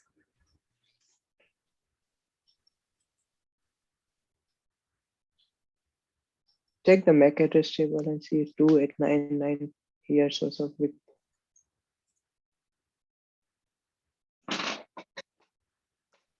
Right there, it's VXLAN 1 in 4094 VLAN though. So I 4094 VLAN.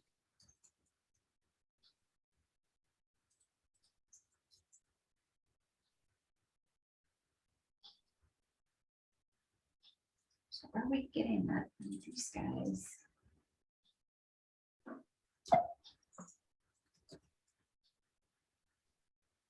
Four or five, was that it? Yeah, Yeah, D4. let's get it from leaf 4.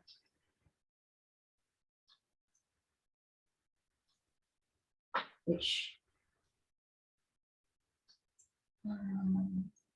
Maybe leaf 1 and leaf 4 isn't in MLAC here. Oh.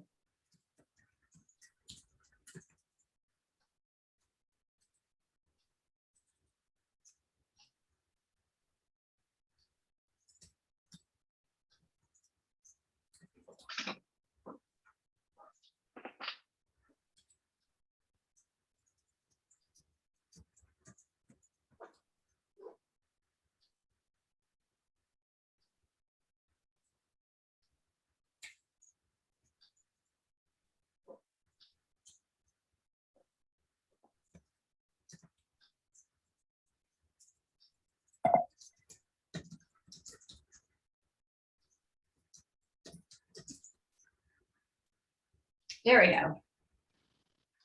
That's a little bit better. Yeah. Let's make sure we can ping him. There we go. Okay, phew.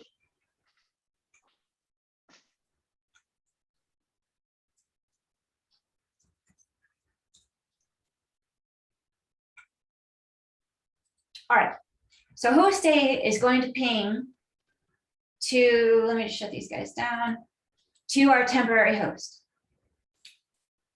His destination MAC will be what he's learning here. And we could have just done IP address and used the actual router MAC instead of the virtual MAC. But just to keep things consistent, then you have it across the board. In most cases, every customer is going to be running MLAG or multi-homing. And so get accustomed to seeing that virtual MAC and get accustomed to knowing when we use it as our destination MAC and when we use it as a source MAC. And when we change to use the router MAC. It's very confusing. It all has to do with ARP and the intricacies of ARP. So, but just get accustomed to seeing it, because here with host 3 and host 4, they have to use the virtual MAC as the destination MAC, because otherwise they'll be flipping and flopping back and forth between the leaves and it'll cause issues. And we won't have active forwarding, which is why we use the virtual MAC. Less important on VTEP 1, but let's not focus on that. All right, so host A has a destination MAC of whatever's in his ARP, and you can see here that it's the virtual MAC. So let's get over to leaf 1. Leaf 1 is going to receive that destination MAC of the virtual, knows it's for him, strips it off, and he sees the 30/30/30/103. That's the piece of information he has. What does he do with it then? What's the next step for leaf 1? So leaf 1 will check its routing table. It will say that road destination is for VLAN 30. Now it will check its ARP table whether it has an entry. So we'll check the route table. Oh, slow down. But you are right. Yeah. It's going to check its route table. And remember that if the customer is using Verse, to make sure you're in the right virtual routing table. And this is what you're going to see with asymmetric. We have a connected route for every VLAN, every subnet that we're spreading, that we're extending across our VXLAN fabric.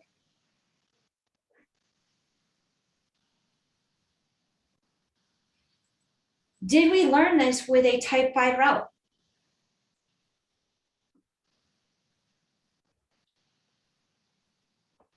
Say that again. So No, I think because we are just bridging between VTEPs, right?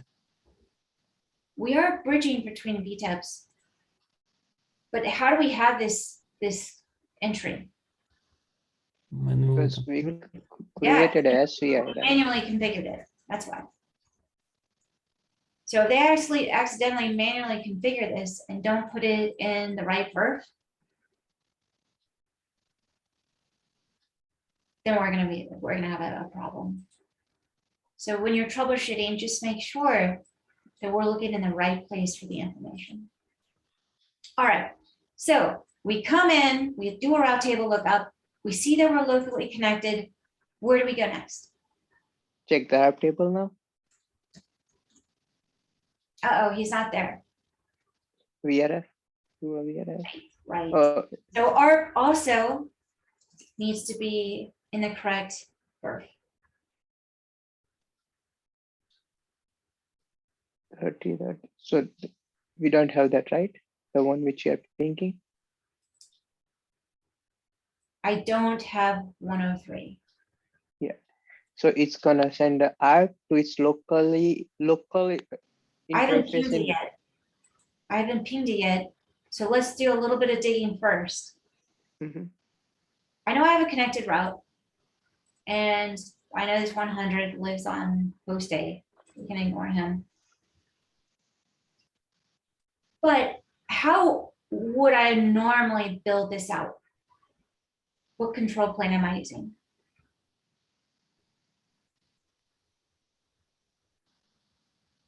Like for local one. For host 4, how would I normally? What could I, if we had been pinging, what would I see here? I would see an entry, but how would I have learned ARP? Over the VXLAN interface. And what comes across our VXLAN data plane? It's gonna help me dynamically build this out. MAC and IP, type 2 MAC with the IP.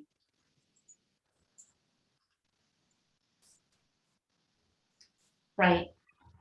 So we're gonna be looking for, we know host 4 is coming off of VTEP 2.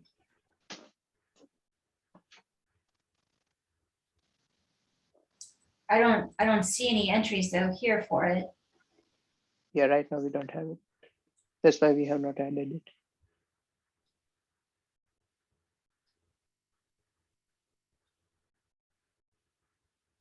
Interesting. Let's jump on to leaf 2 and see what's going on.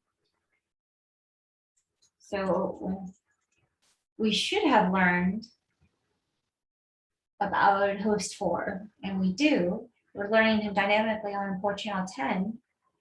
It does look like he could conceivably die out on us soon.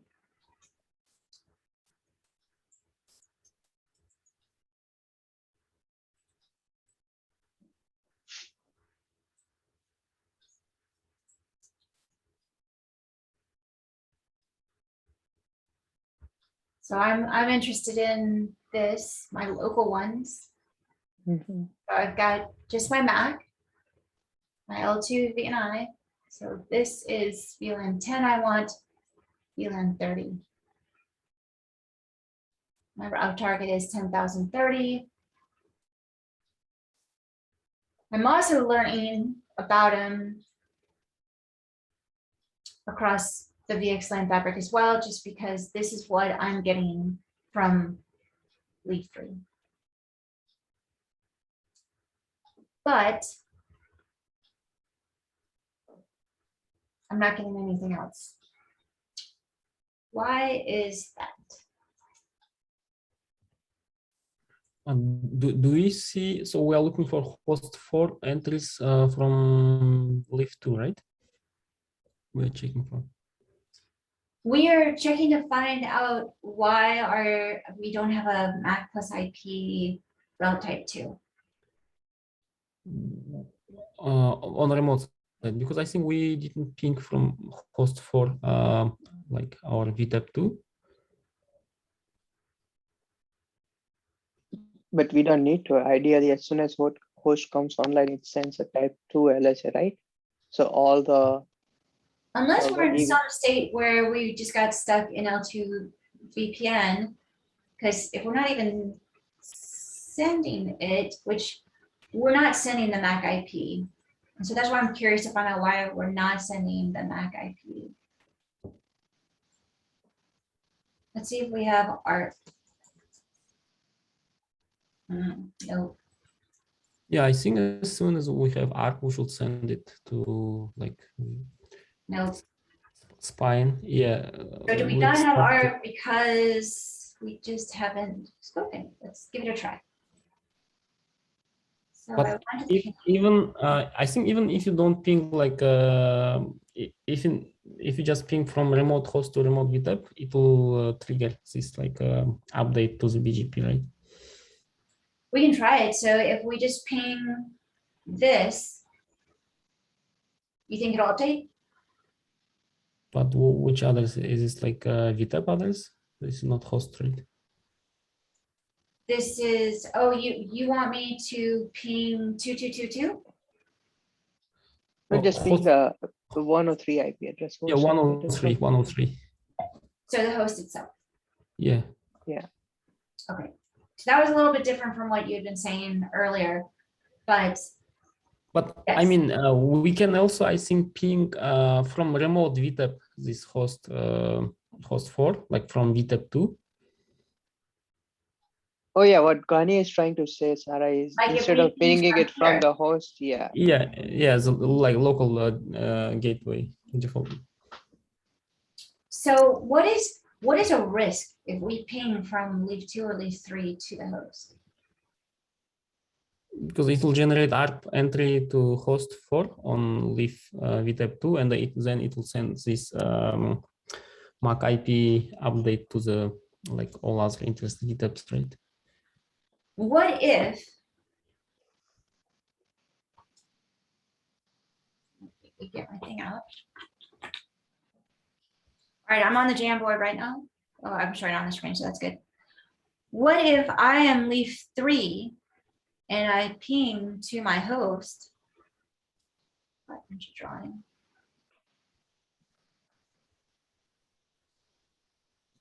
And host send a reply to leaf 2, huh? And leaf 2 will think, oh, it's Yeah, my MAC exactly. address. I'm not gonna forward it to leaf 3. Yeah, makes sense. What happens if that happens? Because he's .1 and he's .1.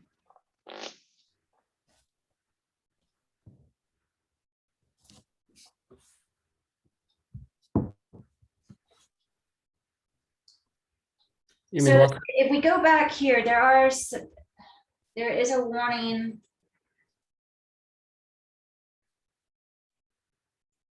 Don't ping between IRB, something like Yes. that. Yes. Yeah, I didn't understand that line. It says barbaric, something like that. I remember that. Oh, where was it? It's I think when general troubleshooting, something like. And I would recommend that you review the slides. Owner based them off of my troubleshooting guide, but I think he's added some stuff. But the slides basically review everything. Page 83, you're looking for? 83, I think. Which one? 83 page. 83. Slide 8. Yeah, 83. Yes, that is what I am talking about. This one, right? Yes. So if you were pinging from the VTAP to the host, then you could have this asymmetry happen. And then V2, leaf 3 is just sitting there twiddling his thumbs saying, why won't host 4 talk to me? If you're trying to ping between like these guys or this guy, or say you have 500 VTAPs all running the .1, that's what he's talking about there. So If you really, really, really, really have to ping from a VTAP to a host, then we use something called source map. And we Okay, won't try to source it from the .1. so what could be the issue? So if you ping from leaf 3 host, it means that ICMP It's gonna select the .1 as its source IP. Okay. And then when host 4 gets it, he sees this as one interface. And he's gonna reply to the .1. And then if it hashes to leaf 2, he is SOL. Meaning that some black hole happened? Meaning, I'll clean this up. That we have our SVI 30 and his IP is .1 or whatever the anycast IP is. When he pings to host 4, the source IP is .1. Okay. When host 4 replies, the destination IP is .1. From the perspective of host 4, this is one interface, say 4 channel 10.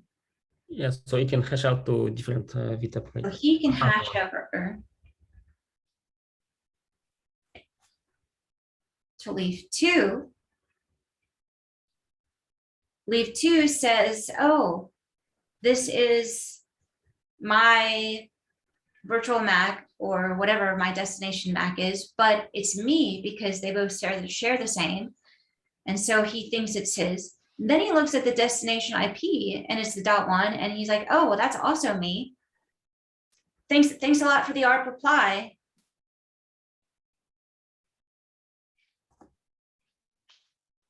And he drops it. He doesn't really drop it. He is going to have ARP, and we do have ARP sync, but it still leads to issues. And it's just not a valid test that we would recommend. So we're gonna, in this case, we'll have ARP entry on leaf 2, but on leaf 3, it will be empty, right? For some period. Well, we have VXLAN and ARP sync comes into play. So we can try it.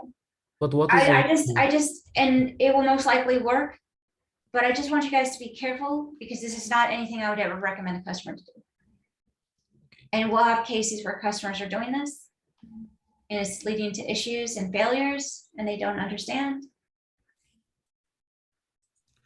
So if I ping, So we should ping from host to leaf VTEP, right? I always recommend host to host.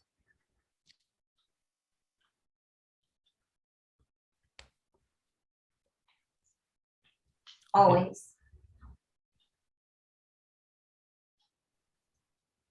Yeah, in case like if you want to like narrow down the issue to check that local communication is working like within the. Well, this is a problem. All right, who had leaf 3? Nirav, was that you? Yeah, I guess I was at leaf 3. All right, let's walk through what you set up here. Well, I haven't set up anything yet. What?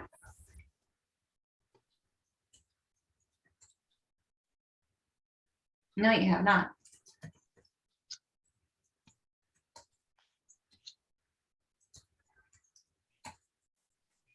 That's all right. Let's knock this out real quick.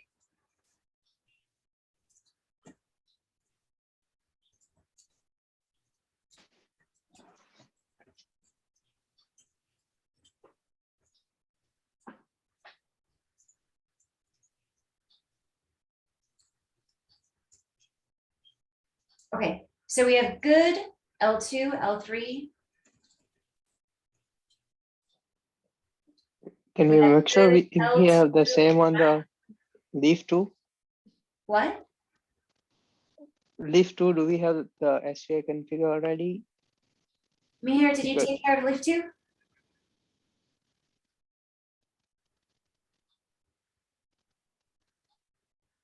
Mihir?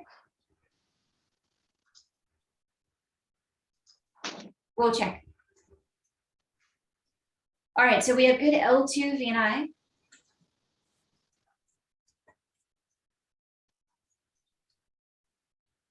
And we have good L2 VPN for both. So we should be good. Let's see now if we have any state. Still no. But look at what we do have. Which means what? Which means our type 2 EVPN route with the MAC IP has been already sent out. So this is host 1. And we are on leaf 3. So let me just, everyone on the Jamboard, what time is it? Oh boy, shoot. We have run out of time for today. How does it go by so fast? Real quick, it means that leaf 3 has received the type 2 routes from leaf 1 and has installed them into hardware. So if we do a show BGP EVPN route type MAC IP, I'll just hit enter here. Here's our control plane state that we've received from leaf 1.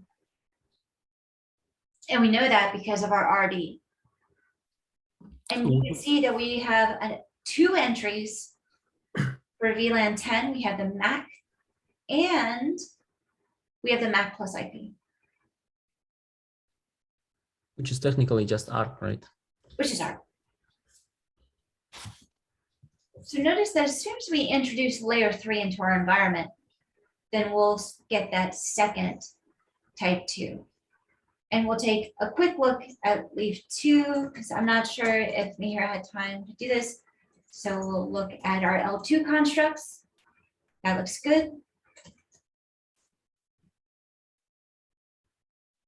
We'll look at our L2VNI, which looks good.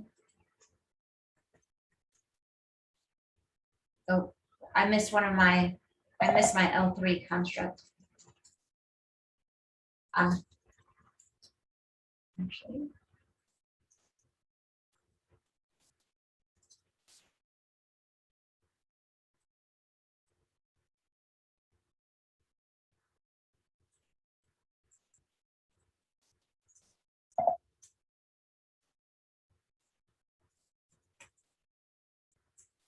So L2 good, L3 is good. L2VNI we saw is good.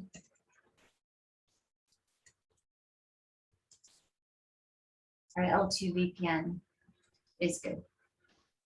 Notice that even though we are routing, I don't have an IP verb. I still just have my L2VPN. There's no L3 VPN here.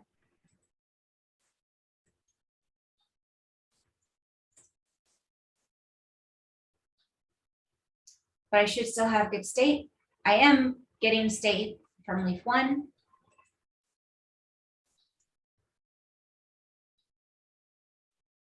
We had to do ARP, and now we're successful, which means we would have exchanged state.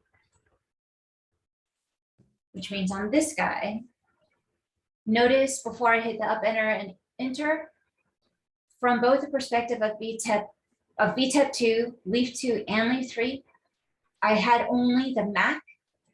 Now I have the MAC.